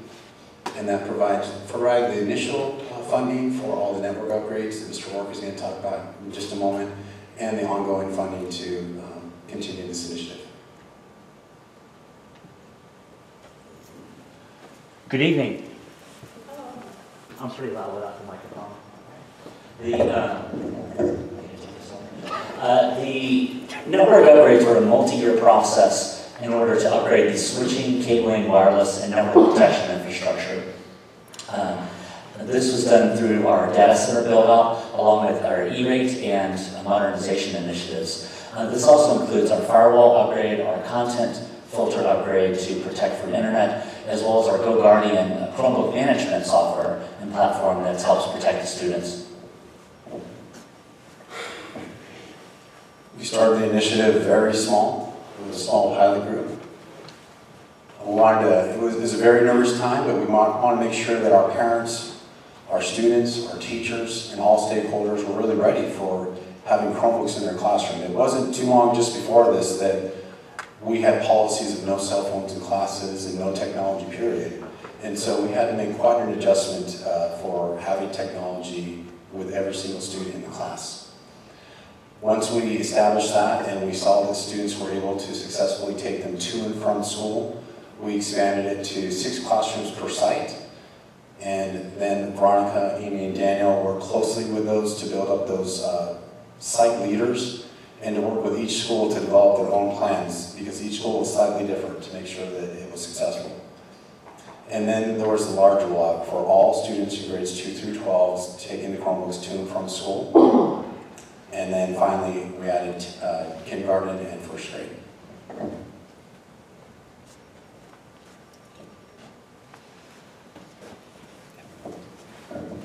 So with the implementation of the new digital gateway, we knew that it was going to be essential to have digital citizenship in place. So we partnered with an organization called Common Sense Media.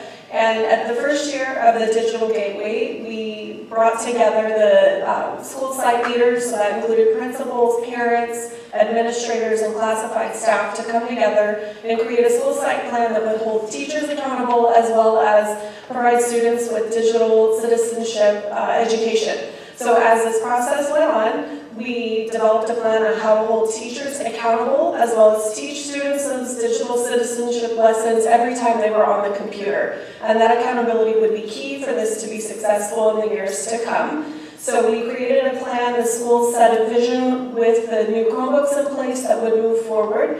And because of this partnership with Common Sense Media, we had teachers become digital certified educators. Our sites became digital citizenship certified sites, and our district became a digital citizenship certified district. And just recently we were awarded Showcase District, which means we're highlighted for the excellent work that's been happening here with the one-to-one program.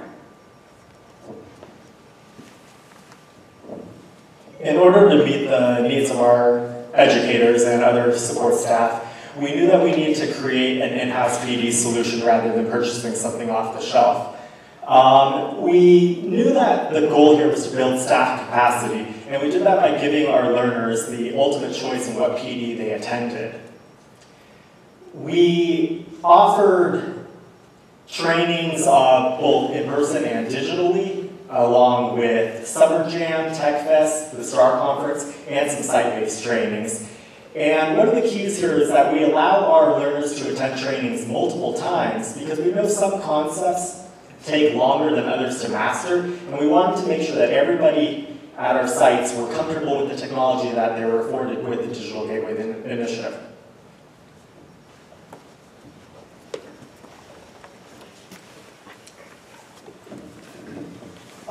Delivering on the Learning Without Limits promise, we eliminated barriers to account management by employing single sign-on technology, thus providing students with a truly ubiquitous digital experience, not only on their Chromebooks, but on well over a dozen educational and productivity platforms. We accomplish this by leveraging a variety of off-the-shelf tools and in-house custom programming. As a result, students spend less time signing in, teachers gain valuable time in the classroom, and IT support staff have fewer account recovery tickets. Now it's my time. JUSD is one out of 22 other school districts to partner in the Inland Code Consortium with Code.org. These partnerships provided the professional development, support, and resources that helped our computer science offerings grow. Digital Gateway provided the opportunity to expand our students' interest in computer science and has expanded our course offerings at all levels. Since our Digital Gateway initiative, all elementary students participated in Hour of Code through the library program. Hour of Code is easier to implement when all students have their own Chromebook. The exposure allows these students to be inspired to take advanced courses at the secondary level. And that first picture is of our kids last week working together on Hour of Code. At the middle school level, the picture in the middle, we have 2 middle school science teachers trained in introducing computer science as a tool to teach modeling and simulation, and another teacher to do computer science discoveries. At the high school level, the further picture, we have expanded from 1 computer science course to now 2 in computer science discoveries, 2 AP courses, and another AP computer science course in principles. We've also increased our female participation from 1 student to now 25 students. In the picture on the side, you can see that Paula Ford, Mrs. Paula Ford is in there too, because she's been a great supporter in getting our kids to participate in a public manner to show what they have learned through computer science.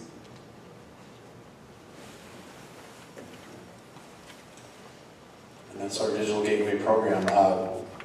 We want to definitely thank everyone here on the board for supporting us throughout the way, whatever our needs were. Definitely all of the cabinet and our Assistant Superintendent of Business Services, Mrs. Paula Ford.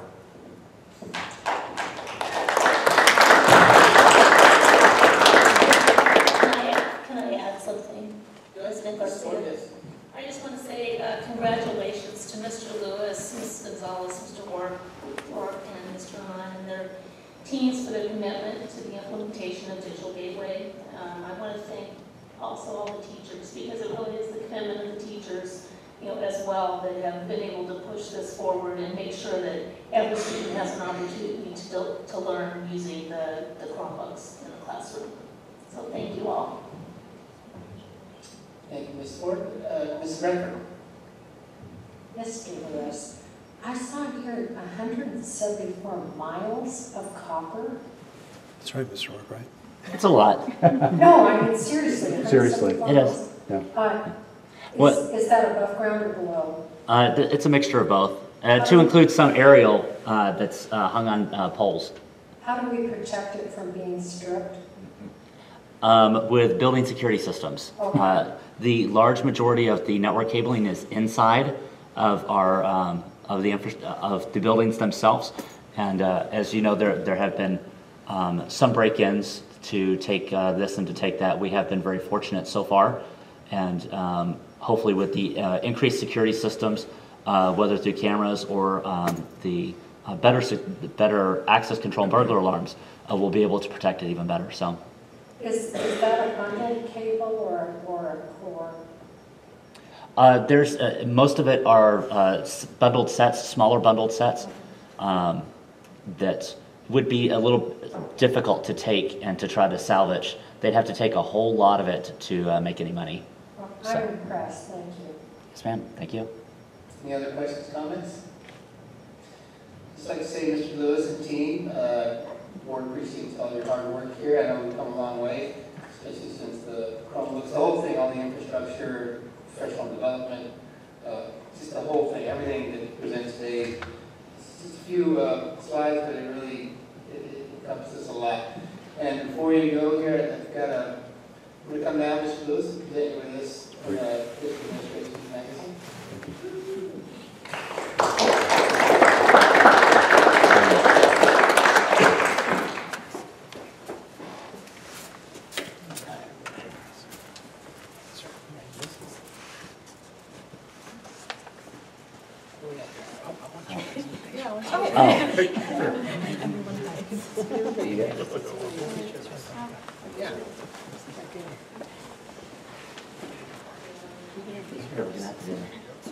Come on. Terry to the rest. Oh, Terry's got it. There you go. I don't know if the flash is on.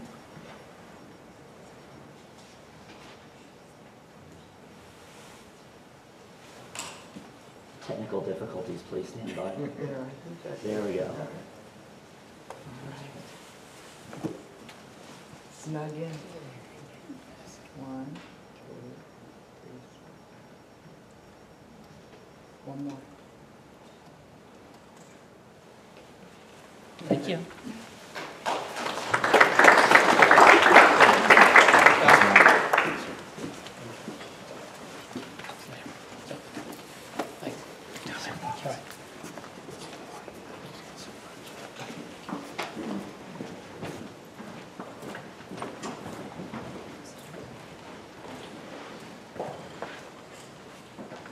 Okay, on to item L, 2L. Recognize Common Sense Certified District and Common Sense Showcase District. Mrs. Ford. Well, as was mentioned in the presentation, Common Sense Media, the national nonprofit organization dedicated to helping kids and families thrive in a world of digital media and technology, has once again recognized Jurupa Unified School as a Common Sense Certified District as well as a Common Sense Showcase District. In order to earn Common Sense certification and Showcase District status, students and teachers must have completed a number of digital citizenship lessons, and the district must demonstrate how it leverages online safety training. Congratulations to the technology team, faculty, and staff for their dedication to teaching our students to be responsible digital citizens. Thank you, Mrs. Ford. Okay, on item 3, board member comments. Let's start with you, Mrs. Starr. Okay, first of all, I'd like to congratulate all of our employees for a job well done, and those that were honored tonight. That's just a little added benefit for you. It doesn't seem like much. I know a lot of them go back the next day, and it's like it never even happened. You know, it's just they're back in their work mode, and that's what they enjoy most of all. I think a lot of our employees are that way, that it's not a job, it's just their normal everyday routine. We congratulate all of them. Congratulations to Jennifer Todd to represent us next year in the, and all our others, our district people for the awards that they received tonight. I would like to also congratulate Coach Luna on being inducted into the Riverside Sports Hall of Fame. We have several members that have been inducted into that Hall of Fame, and he's just one good example. If you've been to some of our board meetings, he's been winning awards every other month for the last year. His coaching staff at Rubidoux and the coaching staff at Rubidoux Valley, and I know at Patriot too, they have all won awards. Our district prides ourselves on being good sportsmen in the district, and I am honored when I go to a football game to see how our boys react to a win or a loss, either one. Sometimes you see the other teams that don't react the same way. And then, sad to say that Tammy is leaving. This will be your last meeting. We've known each other for a long time. We started about the same time in the district, and I did work a couple of times with her on summer school. We had one summer where I thought I lost a child. The bus driver thought they lost a child. Tammy was there until we found the child. They actually weren't lost. A neighbor had picked them up from the bus stop. But it was one of those things where you do not leave the position until You have everyone in your control, and Tammy was just the best. She kept me glued together because I was really upset. It was an elementary child, and that's one that you don't want to lose for sure. And Denise, your award that you received is duly deservable. Denise is I would say, the walking Bible for all of us secretaries in the district, for anybody that wants to ask a question. Denise pretty well will have an answer, and if she doesn't, she will find an answer. And that is something that I pride myself on as a secretary, is to find the person that can give me the answer. That's the same way I do as a board member. If I don't know the answer, I will find it. This tech award that we received, these tech awards that we received are just perfect examples of the people that we have in our district that we have not let go, that we have secured in our district to get us where we are today. And they have really come through. I went to the Inland Summit that we had, and they presented themselves there with a similar program as to what they presented tonight. And I wish we had done this when the other people were here, so they could see what you guys actually do. I mean, it's all behind the scenes, and they know what you do because they're teachers and employees in the district. But to really see it up on the board and to see who those people are, it's really nice. And I'd like to welcome Melissa to the board. And congratulations to our re-elected board members and our new officers on the board. I know all of you are going to do a great job. We get along really well together, and we all have the same thing. Our main goal is our students in the district. We want to put them where they can have a career when they leave us, or they will be best suited to go out in the world and save our world, I hope, someday. Thank you. Thank you, Mrs. Chard. Mrs. Regal. Good evening. I definitely want to recognize all of the employees and classified that have received awards. Hearing their stories of how far they go above and beyond their call of duty is really touching. Truly shows that they're passionate about the role and our students. I want to keep this one short because it's my first time. Tammy, we worked together a short period of time here, and I want to thank you for everything. And you've been great to work with and very informative and helpful, so thank you, and I wish you the best of luck. And Sylvia, you are our clerk now, and congratulations. And Denise, that was well deserved. Denise works very hard. When I won the election, it was coming in the office and she had everything already organized and detailed with timelines. So thank you, Denise, and congratulations. And Robert, congratulations winning your second term and taking the presidency. And it's going to be a fun 4 years. Thank you, Ms. Regal. Mrs. Brett.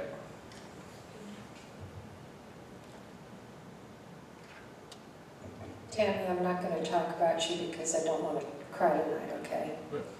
All right. And Denise, thank you for keeping us together. I appreciate you. Of course, I knew you ran the district a long time ago. When I hear the stories of our staff and our teachers here, it makes me wish I worked for the district. I like being a board member, although sometimes it scares me. So it makes me very proud to hear the stories of what's happened and what's been nurtured, each other helping each other. And to IT, I really wish you had presented that while everybody was here to hear how you keep this place glued together. And I want to tell you, especially this week, I went over to Del Sol with Mrs. Regal. We were walking around the classrooms with Mrs. Stevens, and here were all the children with their little Chromebooks, and they were just absolutely darling. So I really am proud of you. I can't see you, but wherever you are, thank you for doing that for our children. Thank you, Ms. Bradford. Ms. Ortega. Well, the same. I want to congratulate all that were recognized tonight. It goes above and beyond just the flowers and the plaques. I think, you know, it just, your heart and passion that you put in, I think, shows, and we're just so humbled and proud to have you as a family. Like Mr. Deshawn said, you know, part of a family. I think this takes a family and a community effort, so I'm really humbled to be a part of everything that's happening in our district. And briefly, just wanted to say how excited I was this year to go to California State Board Association conference in San Francisco. We were able to present along with Jose Campos' team, and we just had a lot of fun. It was very informative, and all of us were there and just really trying to obtain more information on how and what other school districts are doing to come back and you know, make improvements or continue to do the work that we're doing here in our district. To be surrounded by other school districts around California, I think was really an amazing opportunity, and for all of us to really connect as board members and again as a family that we are here to contribute more. And also, I was really excited to see one more year the Golden Bell Award to Camino Pacific Rail Academy. And I think, you know, just hearing this presentation, I just can't, you know, stop thinking of all the programs that we have and how much recognition we can get. And I think, you know, I smell another Golden Bell. Just saying. And then last but not least, I had the honor to run for treasurer in California Latino School Board Association, and no one ran against me, so I will be representing, you know, again, the work that we do here, and me growing up in Jurupa Valley, I think just becoming a part of these boards, not only statewide but also nationwide, I think is a sense of where I come from, and I think I take pride in everything that I involve myself in, and I'm always going to say I'm a product of the same district, so it's going to be an honor for me to serve as your clerk and in California Latino School Boards Association as well. So thank you. Thank you, Mr. Ortega. And congratulations, Mr. Ortega, on all these positions. I know you're going to represent us well with the California Latino School Board Association. And we did enjoy your presentation with Mr. Campos there at CSBA. And it was just outstanding. I think we had a great presentation. And I think you did a great job representing the board. And also, congratulations to Tammy for your retirement. I think everybody's jealous that, you know, you get to go off and spend time with grandkids. You know, you're going to be missed here, and I know Daniel has a big shoes to fill. Okay. Okay. Sorry, Daniel. Anyway, and Denise, you know, Denise is probably maybe the most underappreciated person in the district here. I think she works behind the scenes. Like I mentioned earlier with the staff, the folks that were here, you know, some of them are face of the district and some are working behind the scenes. Denise does both and everything in between. And so we're really happy to have you here, Denise, and thank you for everything you do. Coming up, the food drive is, Jurupa Unified School District food drive is this Friday and Saturday. So more details you can ask Lion and ask some teachers. So that's going to be great. And the Christmas party at Rubidoux is on Saturday as well, so looking forward to that. I'd like to congratulate our newest board member, Mrs. Melissa Regal. I think you ran a really superb campaign and demonstrated to everyone in the community that you are all about teamwork. And so I think the board here is all about that, so we're glad to have you on the board. And congratulations, Mrs. Bradford, for your election. And myself too. I mean, I appreciate everybody who supported me. I think teachers, parents, community members. It's an honor to be given another 4 years. I think we've done a lot of great things. I think we still got a long way to go, and I appreciate all the support. And finally, congratulations to Sylvia, being our clerk, and I thank the board for giving me another opportunity, another year to serve as president. And that's it for now. So, thank you all. Next on to public verbal comments. I have a few cards here. I know some of these are for item H. And if I call your name and if you want to speak now, you can, or you can speak at the time before we get to that action. So, first one I have here is Camille Hermosillo.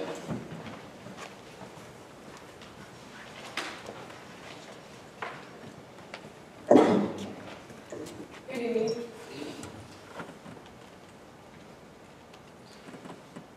Hello, my name is Camille Hermosillo, and I am a current senior at Jurupa Valley High School. I am here to represent the voice and concerns of the students at Jurupa Valley High School about the truck stop project 3,000 feet away from our school. It is crucial for the administration at JVHS and the school board to involve themselves in this issue because it is a school environment issue that affects students and staff directly. This truck stop will increase the diesel truck traffic and increase the pollutants and toxins in the air, ultimately affecting the school environment for students. In the Inland Empire, Mira Loma is ranked as one of the areas with the worst air pollution. According to a study from the USC, the consequences of the Inland Empire pollution have caused great harm on the lung development of children in this area, with increasing rates of asthma. We, the students, should be able to attend a safe, toxic-free school environment to learn and prepare for our futures without experiencing any dangerous effects of the bad air quality that may hinder the overall student attendance and performance. We, the students, should be able to go to school without worrying about the air that we breathe in. We, the students, request that the board prioritizes student health first and votes yes to pass a resolution against the truck stop and in support of the students they represent. Thank you. Thank you, Camille. And thank you for sticking around, too. I appreciate your service on the board. Okay, next we have Debbie Martinez. I'll wait until. Okay, all right. Josephine Young. I'll also wait until the item is. Okay. Irene Stewart.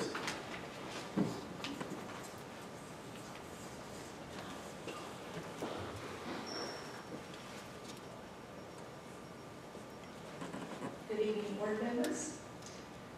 My name is Irene Stewart, and I am a teacher at Jurupa Valley High School. Excuse me, Irene. Excuse me. Can you hold the microphone a little bit? Thank you, Irene. I've been teaching at Jurupa Valley High School for about Jurupa Valley High School, but I've been in the district for about 15 years. I'm also a product of this district. I attended Mission Middle School, and I graduated from Jurupa High School. I have a deep connection to this community, and I am proud to work in a district that wants the best for their students. Jurupa Unified prides itself on providing an environment for students to learn without limits. By not speaking out against the proposed truck stop would go against what we believe in. As a teacher, I want my students to be in a safe environment, an environment that fosters academic and personal growth.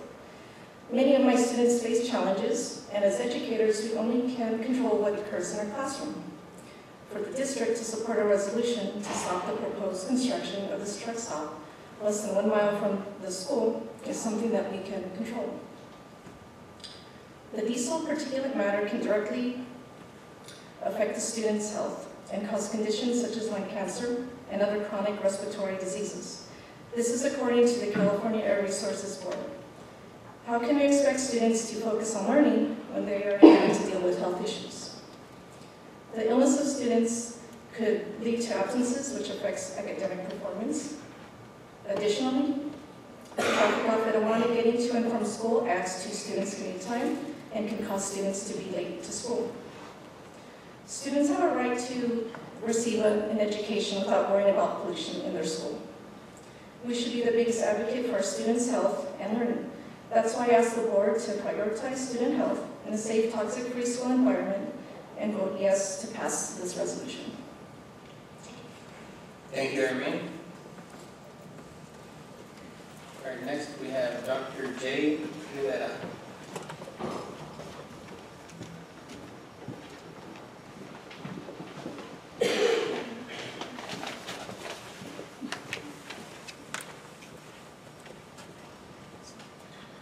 Good evening.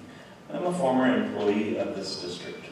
I was a teacher here from 2005 until 2013 when I turned my resignation in. When I was hired in this district, Mr. Duchamp shook my hand and said, "Welcome to our family." I was recruited to come into this district in 2005. I taught in San Bernardino. That year was also the year that Mr. Kent Campbell left, the guy in charge of human resources. And he was a figure in this district. And those of you that have been around a long time know what I'm talking about. In 2009, I was put out on paid administrative leave for 8 weeks. 2010, I was on paid administrative leave for another 8 weeks. 2011, paid administrative leave for another 8 weeks. 2012, paid administration for another 8 weeks. No criminal charges were ever found. No student complaints. No parent complaints. And it wasn't just me. It was several teachers. There's something called PERB, Public Employee Relations Board. Look it up and see how many complaints are against this district. When I heard the news that Tamara Sue Elzig was retiring, I thought, it can't be happening. God has answered my prayers for the teachers and the students of Jurupa Unified. And I don't think that it was a choice for her to retire. I think because she's cost the district tens of millions of dollars in everything she's done to the teachers. She's cost the district so much money that the 3F law firm, Fragment, Full Frost, and Fryman, had an attorney, Carrie Taylor, now Carrie McNabb. Carrie McNabb made so much money, she's now opened her own law firm, Adams, Soviet, and McNabb. Think about that. The millions of dollars that Tamara Sue Elzig has cost this district. I am so thankful to God tonight that she's retiring. Families have been torn apart. From PERB complaints from Arlene Nelson, Pam Lucarella, Janet Cordova, Lenore Boykin, Rick Vasquez, Jeffrey Norman, Chris Kimball. We're just some of the teachers. There's a list that goes on and on and on. And I was an outstanding educator. Ask any of the students that ever dealt with me. Not one student complaint, not one parent complaint. You know what, Tammy? I get my last say tonight, and I know you have tough skin. I've watched you lie on witness stand after witness stand after witness stand. The last time I saw you lie was in the hearing against Rhonda Fuller last spring. And it was a weak case, and Rhonda's got her job back finally. But I'm not going to call you a piece of poop. I'm going to call you dumpster juice. And I'm going to leave tonight knowing that you can never affect another teacher or student in this district. We have a new board, and with Tammy gone, there's only one man still sitting that's up on that stage, and that's Elliot Duchamp. You, as a school board, only have one employee, and that's Elliot Duchamp. He's the last one that needs to retire, so we can know that our students and our teachers are in safe hands. Thank you, and Merry Christmas. Thank you, Mr. Rivera. Okay, I have a number of cards here. Anyone would like to speak before we move on? I've got these other two that are going to be going on later. Okay, thank you. Item number 5, administrative reports and written communications. First one, 5A, CSBA Delegate Assembly. Mr. Duchamp. Thank you. There are a number of people. Let's have those. Including Mr. Robert Garcia. In your backup materials is a list.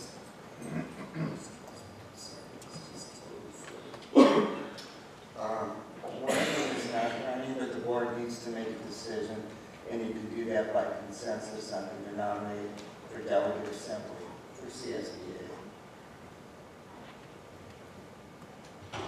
The entire slate here, or just? Yeah, you can go for the entire. Yeah, okay. I think we should just vote for the entire slate. Do we have a consensus on that? Yes, There's this one one. person, Mr. Dixon's not seeking re-election. All right, so then we have to do the bio and everything, and you probably won't fill it out. Okay. All right, that's all we need to do, right? That's it. All right, Thank you. thank you. Okay, on to 5B, other administrative reports and written communications. All right, thank you. All right, on to item Roman numeral 1, public hearing session. Hold public hearing on proposed amended conflict of interest code of the Unified School District. Mr. Jurupa. Thank you. The Conflicts of Interest Code designates those employees, members, officers, and consultants who make or participate in the making of decisions which may affect financial interests and must disclose those interests in disclosure statements and must disqualify themselves from making or participating in the making of governmental decisions affecting those interests. Every other year, we update that code by adding or removing the different job categories that have come or gone in the interim 2 years. So tonight, we ask you to formally open and close the public hearing on this matter. Thank you. At this time, I'll open the public hearing on proposed amended conflict of interest code of the Jurupa Unified School District. Anyone in the audience would like to come forward and speak? Okay, seeing none, I'll close that hearing. So on to the action session. Item A, approve and adopt routine action items by consent.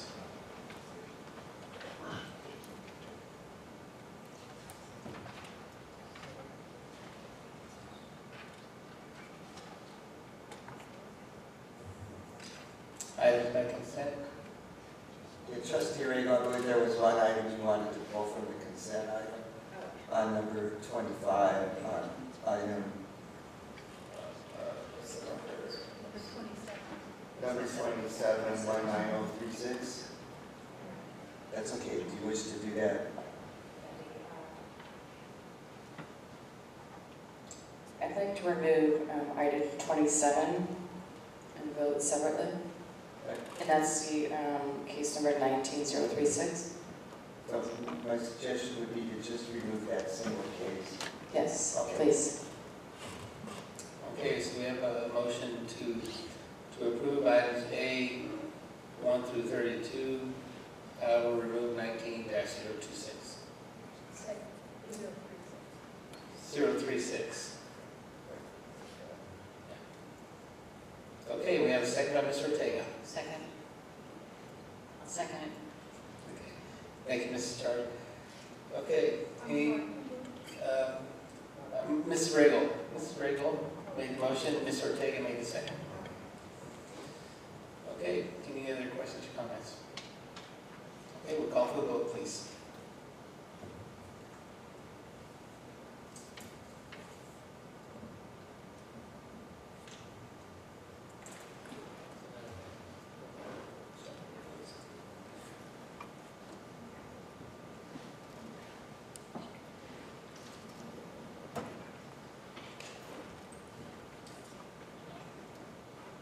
Motion passes 5-0. So now, Mrs. Regal, if you'd like to make that motion. Okay. Okay, so why don't I make a motion to approve 19-036, the discipline case files.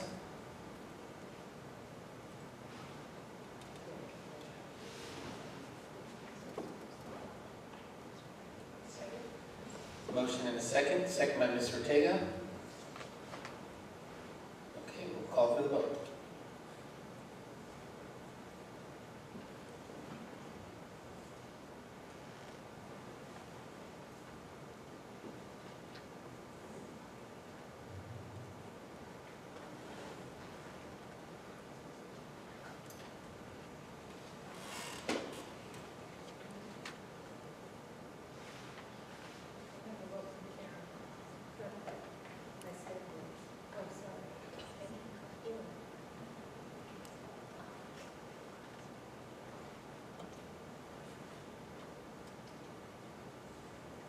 Item passes 4-1.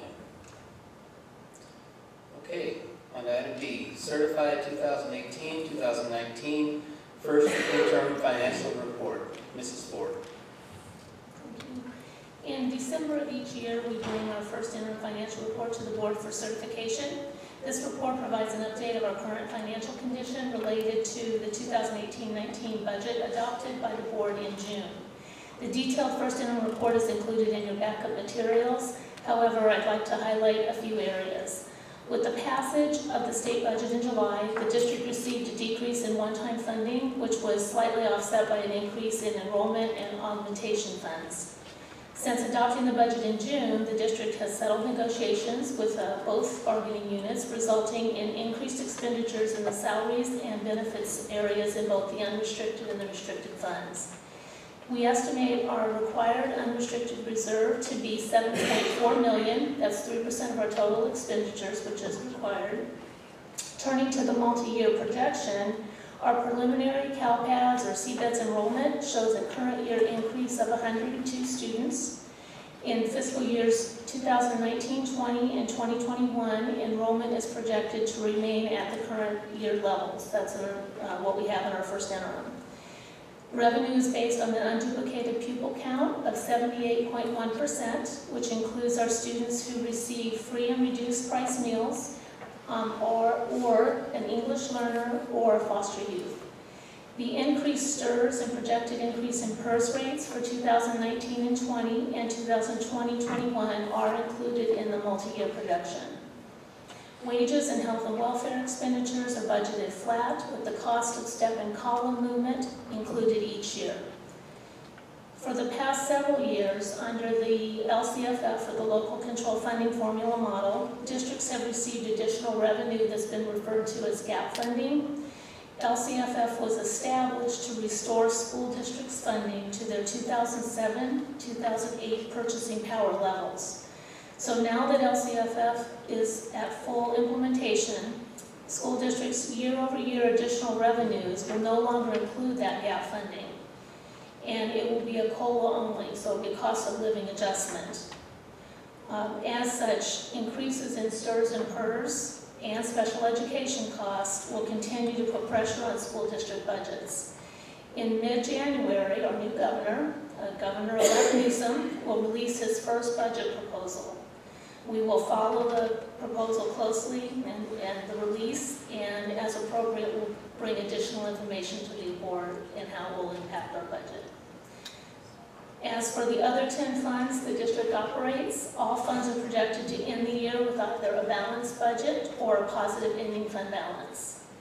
The district does have a positive budget certification, and the multi-year projection indicates the district will have a balanced budget and be able to meet its financial obligations in all 3 years.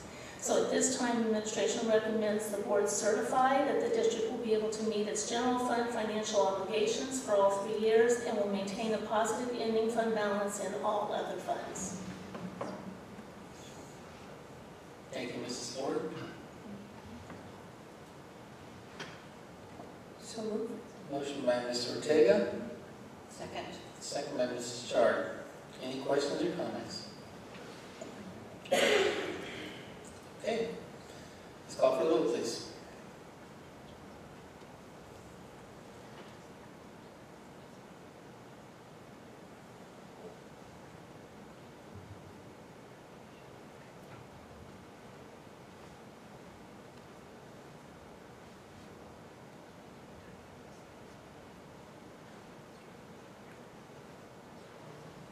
Motion carries 5-0.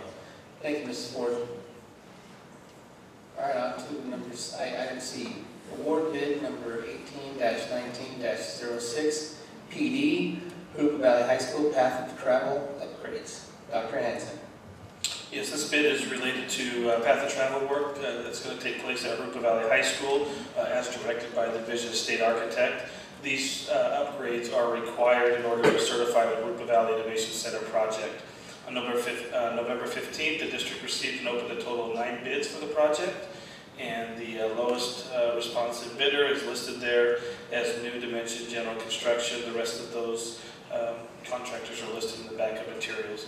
Administration recommends this evening the Board award a contract to New Dimension General Construction for the Jurupa Valley High School Path to Travel Upgrades project in the amount of $296,800. So motion by Mrs. Bradford. Second. Second by Ms. Ortega. Any questions or comments? Okay, let's call for the vote, please.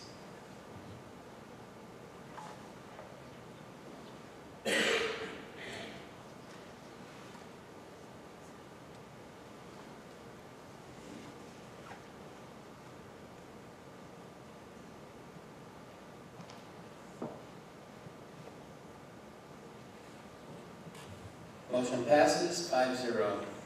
Item D, award bid number 18-19-07 TE, Fiber WAN Services. Mrs. Ford. Administration is requesting approval to award a contract to Wilshire Connection LLC for district-wide fiber WAN services, wide area network services. Bids were solicited on October 29th and November 5th. And Wilshire Connection was the only bidder. The annual cost for service is $314,400. The federal E-rate program will fund 90% of the annual cost, with the remaining 10% funded through unrestricted general funds. The agreement is for one calendar year, but there is an option to renew for 4 additional one-year terms. Administration recommends the board award a contract for fiber WAN services to Wilshire Connection LLC in an amount not to exceed $314,400. Thank you, Mrs. Ford. So moved. Motion by Ms. Ortega. Second.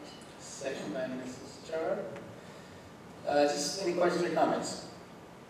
Okay, just one question, Mrs. Ford. So 90%, so we're going to pay $31,000 for that? Yes, $31,440. Sounds like a pretty good deal. All right, thank you. Okay, let's call for the vote. Please.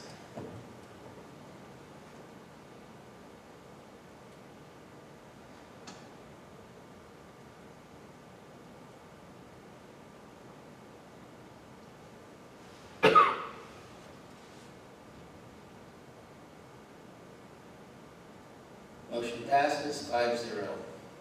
Item E, approve new high school course plans. Mr. Dabrowski. Thank you. These 2 new courses, Careers in Allied Health and Career Management, are both JOLT or digital curriculum courses. They're intended for use at Rivercrest, so that our students who are attending Rivercrest will have some options in getting some CTE courses through the digital curriculum. They are also, once they're approved, they will also go into the course guidance, so it could perhaps be used at one of our high schools as like a credit recovery option, but it's not intended to be offered as a first-time option at the high schools because we have a robust set of offerings of CTE classes at each of our high schools, so primarily will be at Rivercrest. Thank you, Mr. Dabrowski.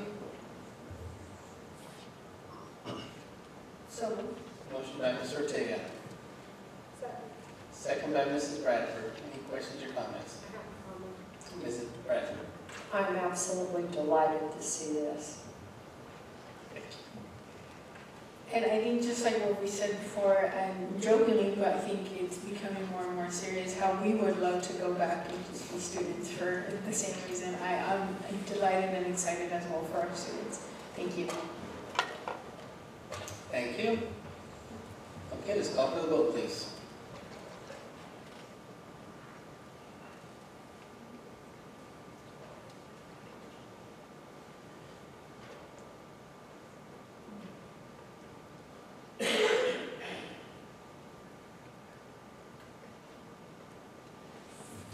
Motion passes 5-0.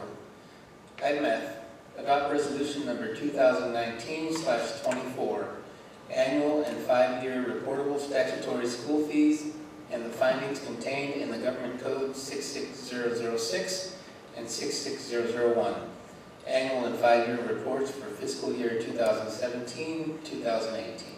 Mrs. Ford. Under SB 1693, school districts are required to provide the board with an annual and 5-year report of the collection and expenditure of statutory school fees. These reports must be made public within 180 days of the end of the fiscal year. Administration has prepared the required report with the assistance of Cooperative Strategies. The supporting documents contain a report and a resolution for board adoption. Administration recommends the board adopt resolution number 2019/24. Thank you.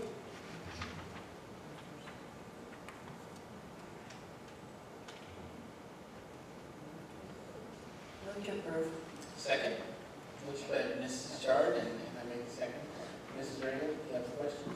Paula, what are the alternative school fees? Can you explain that, please? Absolutely. Alternative school fees, there's a statutory fee that is set by the state each year. And if a district feels that they have additional school facility needs that are higher than that square footage statutory fee, then the district can go out and do a school facilities needs analysis. And if that analysis shows that there is indeed additional needs of the district, they can increase the school statutory fee and have an alternative, or assign basically an alternative school fee. So in our case, right now, we're at the statutory school fee. But we do have that option to use an alternative school fee.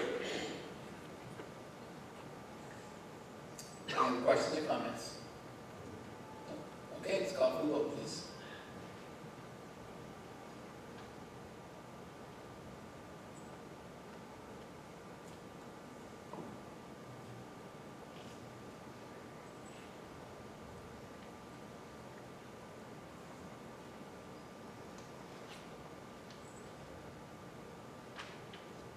Motion passes 5-0.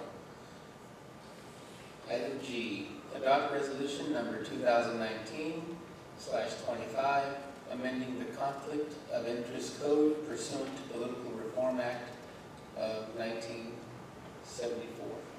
Mr. Dabrowski. Thank you. This is the code for which we had the public comments just a few moments ago. It is amended every other year with new positions that are added or deleted, and so there were just a few additions this year. We recommend that you adopt Resolution 2019/25, amending the Conflict of Interest Code pursuant to Political Reform Act of 1974. Thank you. So moved. Motion by Ms. Ortega, second by Mrs. Bradford. Any questions or comments? Okay, let's call for the vote, please.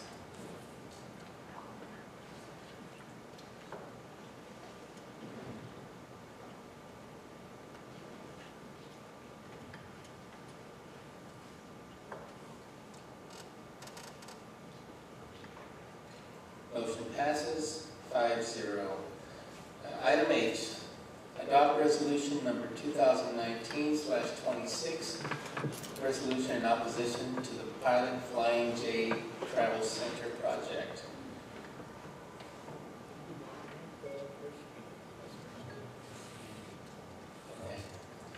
Okay, so I'll go ahead and start with the comments on this one. First one I have is Debbie Martinez.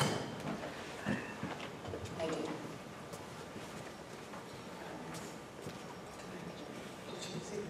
Ms. Radio?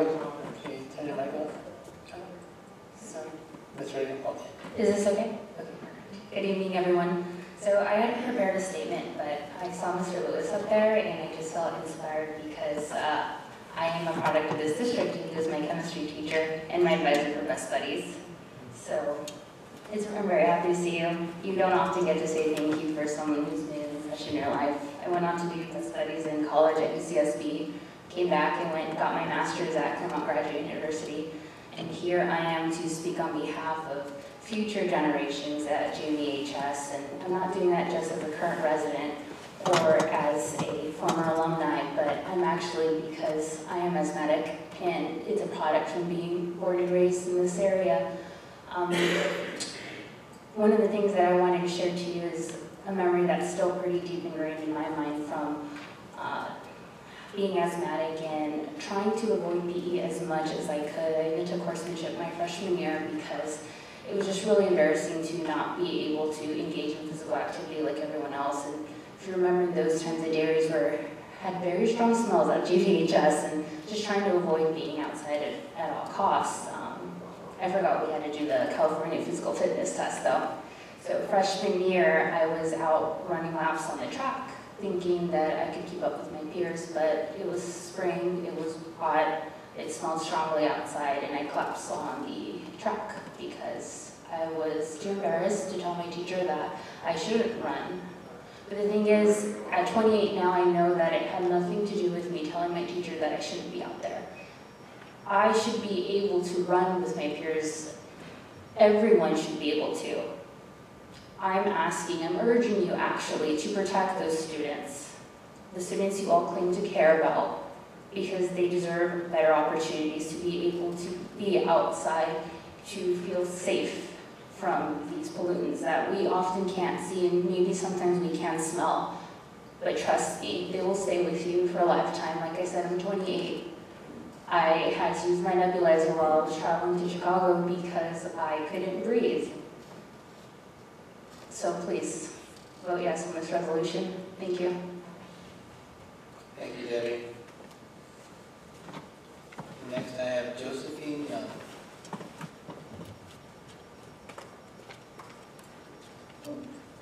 Sorry, I'm a little shorter.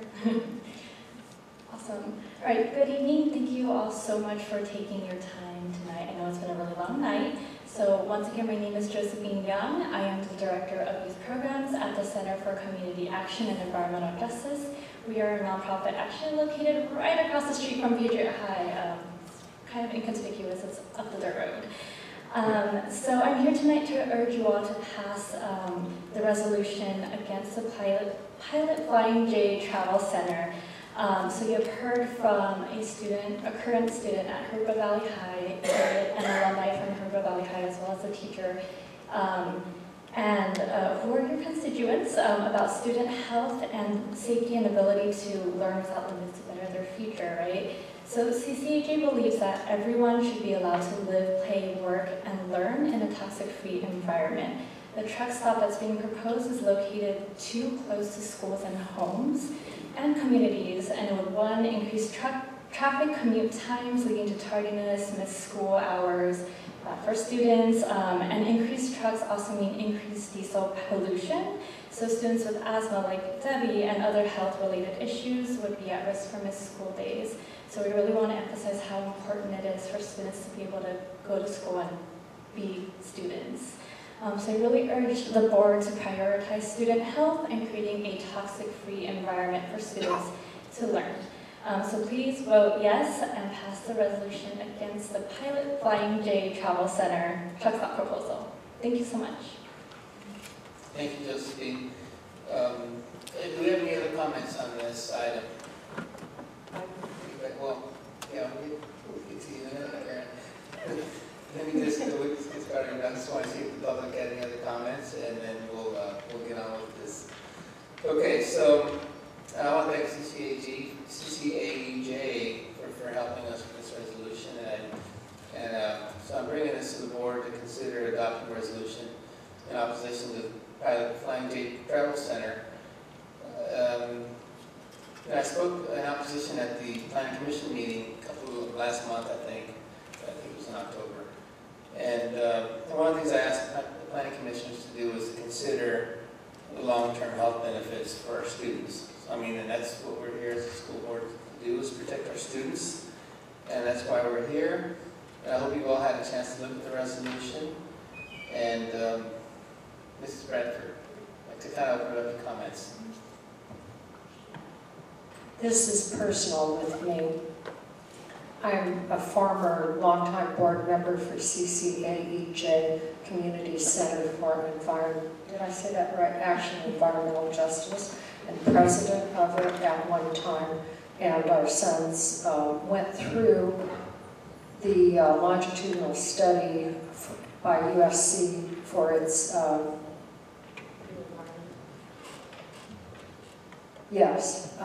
the environmental effect on developing lungs. So, this is what I have to say. I consider Travel Center to be a disgusting, insulting, and misleading use of what it is to disguise the facts. attracting and concentrating more pollution in a highly vulnerable population. At one time, our area was considered the fourth most dirty air in the world. Travel center implies families in minivans or SUVs on their way to a vacation. Quite the opposite. First, I want to say I am not against the trucking industry. I am against increasing the amount of diesel pollution near our children and adults, particularly at JVHS in an already highly polluted environment. There is a vitally important addition to the language in it about diesel pollution in relationship to lung growth in our children. The pollution hurts everyone, not just young lungs. The particularly noxious portion, and please note the word particular, is that diesel exhaust has very fine particulate matter that allows it to infiltrate deeper into the lungs and stay there because it goes through the membranes, causing damage to children and adults. We must pay attention to the fact that diesel particulates are in higher concentration the closer one is to the source. Not only is the travel center, and I hate saying that, a center of carcinogenic pollution, we also have the mobile centers of pollution, which are the trucks, those being driven past JVHS and our staff. Even though they may not live near JVHS, the teachers and the staff spend a significant amount of the day here. I hope that every adult also in our area is informed as well and deeply concerned about attracting more diesel pollution than this in close to our children and adults. And I can't tell you how unhappy and angry I am about this even being proposed for here. I am tired of our area being considered the armpit of Riverside County, and oh, there's already all this stuff here. You know, it's not. We can't take it anymore. We need to stand up, and I'm glad to be proposing that we have this resolution. Did I tell you how really unhappy I am? I'm hot about this. I'm sorry. No, I'm not sorry. It needs to be said.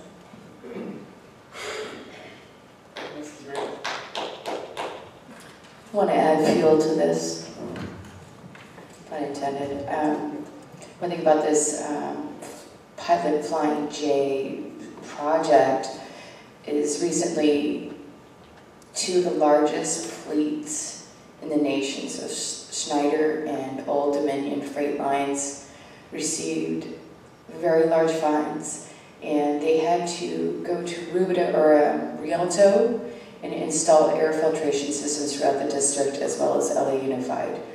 And I don't think our city has the capabilities of managing something like this. A lot of people are claiming that these trucks follow regulations, but we really need to keep in mind that the two largest trucking companies in the nation have received large fines in California. Thank you, Mrs. Regal. Ms. Bradford. I always have an opinion. There was something I forgot to say. The increased truck traffic down Etiwanda, which is already like a Grand Canyon of trucks. Sometimes it takes me 2 lights to get through that intersection at Mission. It is also upsets me to think about these big rigs driving around our neighborhood with our students who are new drivers. Thank you. Thank you. I'd like to make a motion that we approve this resolution. Also. Second by Mrs. Bradford. Any other comments? Mr. Taylor? I'll just make it towards it. Okay. Now, I just wanted to say that, real briefly, to add that, I think there's going to be a lot of traffic, and it's not just about the traffic, but there's going to be a lot of extra traffic going down Etiwanda, going down Belgrade, going down Canto Galliano, and we also have Del Sol that's over there with our, TK and K students all the way to 8th grade. And I was driving behind a truck the other day, and it was like, it's for like 10 minutes. And I felt like I smoked a pack of cigarettes when I got home. It was that heavy, and that was just one truck. And I've already seen trucks go down Etowanda towards the high school in Del Sol, so obviously I'm in favor of this. And so if there's no more comments, we'll go ahead and call for the vote, please.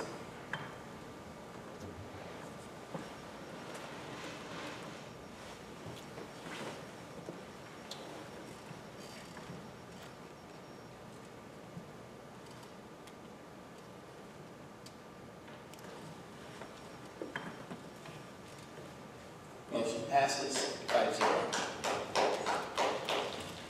Okay, so now we'll move on to board member committee reports and additional comments. Ms. Ortega, start with you. Well, I want to thank you, President Garcia, for taking the initiative to work and collaborate again with our community to make a resolution like this possible. And this hits home for me too. My dad passed away with 2 very chronic illnesses, and one of them was chronic obstructive pulmonary disorder, where he kind of caused that disease on himself, and he needed a trach, and literally his lungs gave up, and that's how he passed away. He gave his last breath. So in order for me to really not be biased with topics like this with health and our students, I'm very passionate about health and I'm very passionate about education, but I think we can't separate the two. I think we need to start talking about both of these issues together. And I think our board is very, I don't even know how to say this, but prioritizes a lot of things, and one of them is health. And I think with creating resolutions and policies like this, we are that voice for our students. And yes, my dad probably couldn't prevent his illness, but if we can, as adults and leaders of this community, prevent things like that, I don't think why we shouldn't. So I'm in favor of anything that has to be related with health in our community. And again, I thank you ladies for coming out and speaking and educating our community. I think that's a big part too. So thank you for taking your time to doing that. And moving on with the committee reports, very exciting things coming up. I again wanted to thank for the opportunity to be a part of the committee ELAC. I think bilingual and multilingual languages not only enhance again our education, but I think our life and our culture, and we're open to more things.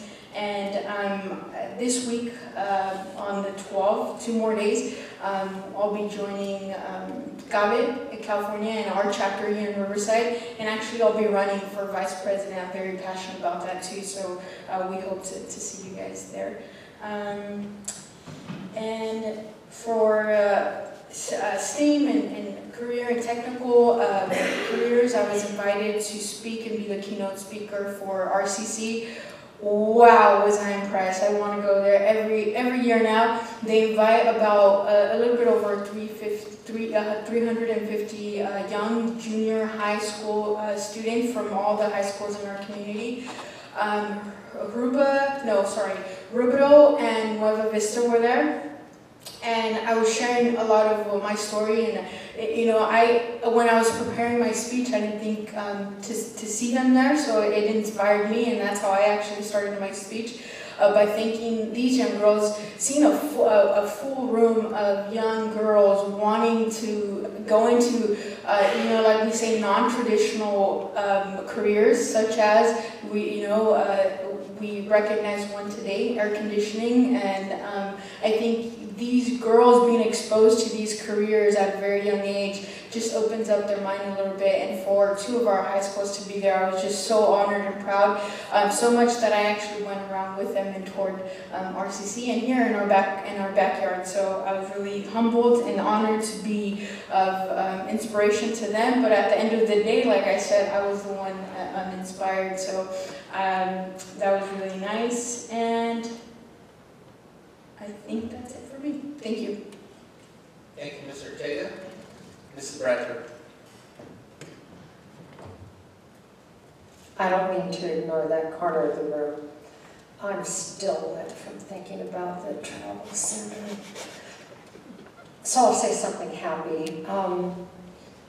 Let's see, last week the board was invited to go to Del Sol Academy to judge its art contest of the doors being decorated, and it was just absolutely delightful to see the creativity between the teachers, the staff, the students, and even one of the custodial staff who was recognized tonight.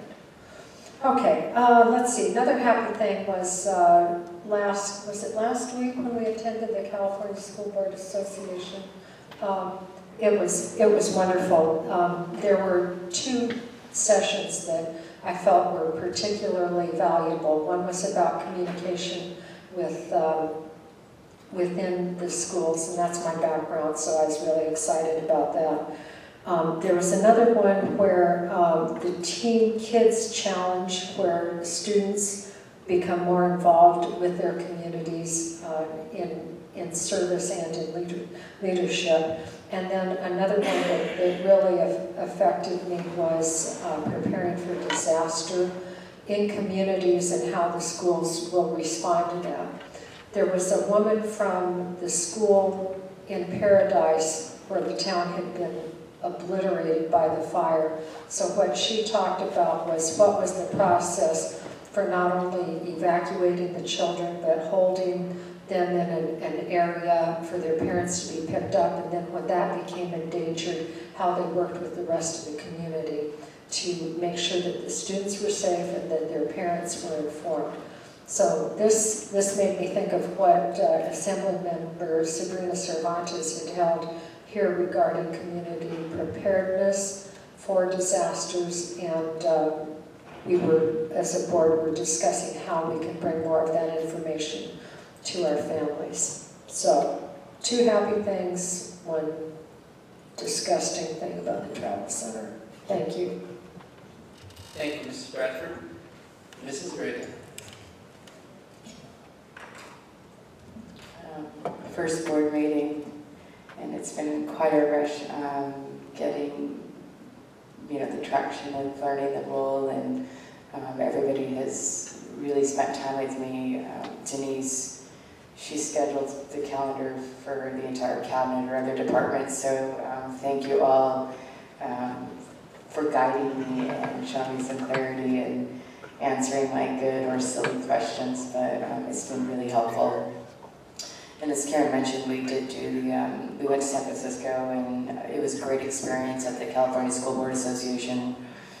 We also had a presentation by our district with Mr. Campos and Sylvia Ortega, is Antonio and Jennifer, covering the continued growth in school readiness 0 to 3. So that was really great, and it was good to see that there was an audience to really, in other districts that are interested on how we can all expand on that and really prepare our little ones for school. And also our principal, Ms. Delamont, and Mr. is he a music teacher, Mr. Wasinger, is that, did I say that right? Okay. So they had received the statewide honor to the Golden Bell Award, so it was really great to meet them up there in person, but for them to be the recipients. Pam is coming with some great programs, and I can't wait to see the further growth, especially when these students are going into high school very soon. There was some great presentations up there too for orientation. A lot of us inexperienced board members that were just voted in, we all had the same look. But it was great to have that support and network, whether it's from our own district or other districts throughout California. We also did visit Del Sol Academy and was able to tour around the school with Ms. Stevens, and it was really neat to see the kids the way they're learning so different with the technology, or even the Lego mechanics and things like that. So there's a lot of great activity coming out of Del Sol. The doors were beautiful. The custodian that decorated the zone, I definitely want to highlight that's another employee that just went above and beyond the call of duty. I mean, that wasn't a requirement. He wanted to participate, and his door looked fantastic. I might come decorate my house. And as we all know, this is my first board meeting, and I really, it's been a great experience. The campaign was a lot of fun, and I just want to thank, the community for coming forward. I had some great supporters, my family, my friends, and I had a great team that, really cheered me on and helped me learn this entire experience, as well as get the community behind me and vote. And I'm really excited for this role. Thank you all. Thank you, Mrs. Grable. Mrs. Char. Well, I too want to congratulate Ms. Rabel on a job well done. She has studied up on the board, and we found out when we went to convention that she is quite knowledgeable of some things that will help us all get to know each other a little better. The convention was a time where we really can bond with each other. When you're in a school and you work with teachers, you learn about each other there, and this is an opportunity, even though it's far away or it's close. A few days spent together, we learn a lot about each other, what each other is caring about, and she truly cares about this district, and glad to see her. She's on the board, as well as my other co-trustees on the board too, and some of the cabinet that went with us. You find a little personal things about them, but you also learn their passion for their job, and how much it takes to really know their job. I mean, it's amazing what goes through their minds, and they can just off the top of their head talk about things. I also did go to the Golden Bell with them for everything else. I'm not going to repeat all that.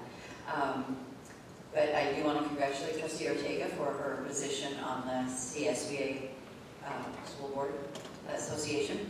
I know that she's going to be a great asset. She's already hit the media with her in the magazine where they talked about her and interviewed her, and then the things that she's getting involved in.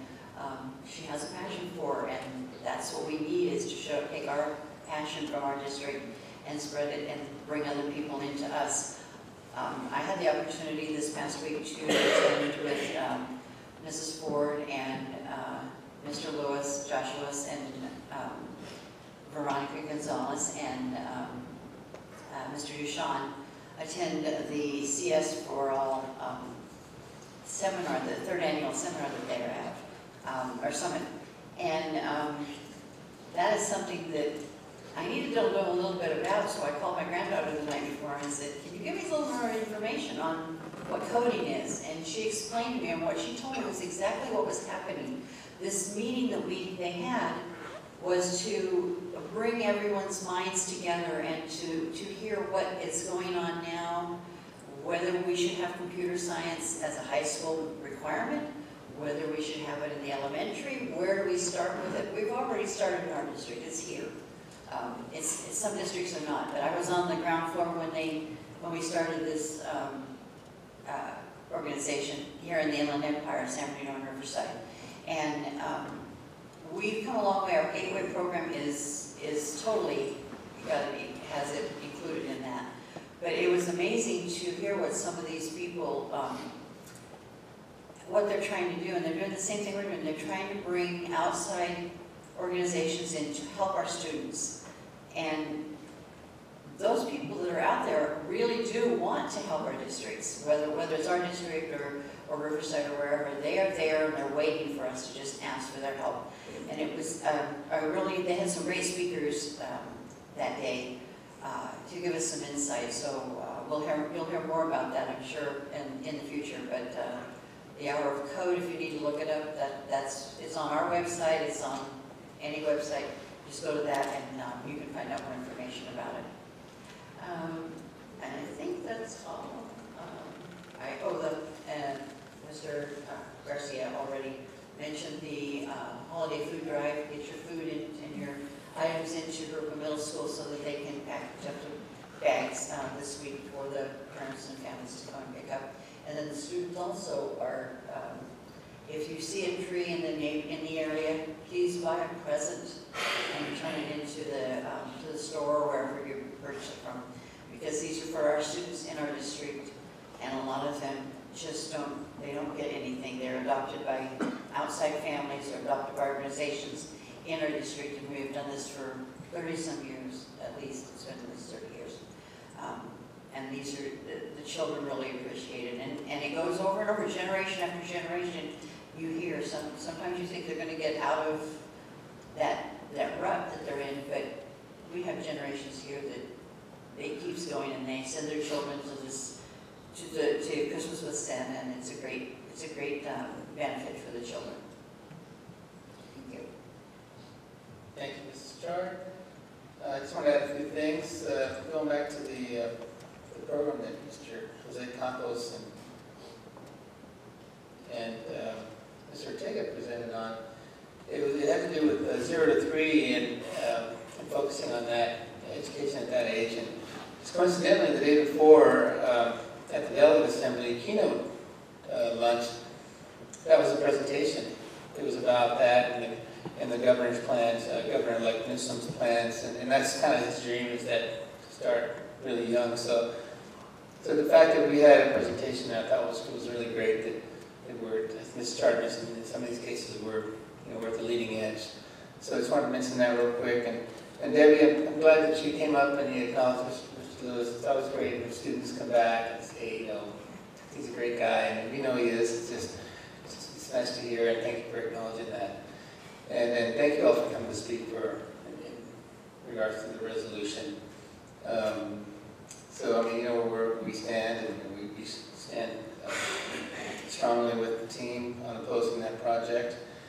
And I want to thank the board for their leadership, not just with this, but just in general. And we have a great team, and I look forward to this next 4 years. And the Pacific Avenue Academy of Music is another great program. And of course, people mention that you get the Golden Bell. But as I mentioned before, and I'll mention it again, that people outside the community, Ms. Mary Helen Morris, the trustee at Corona Norcos, she came out and validated that program for us.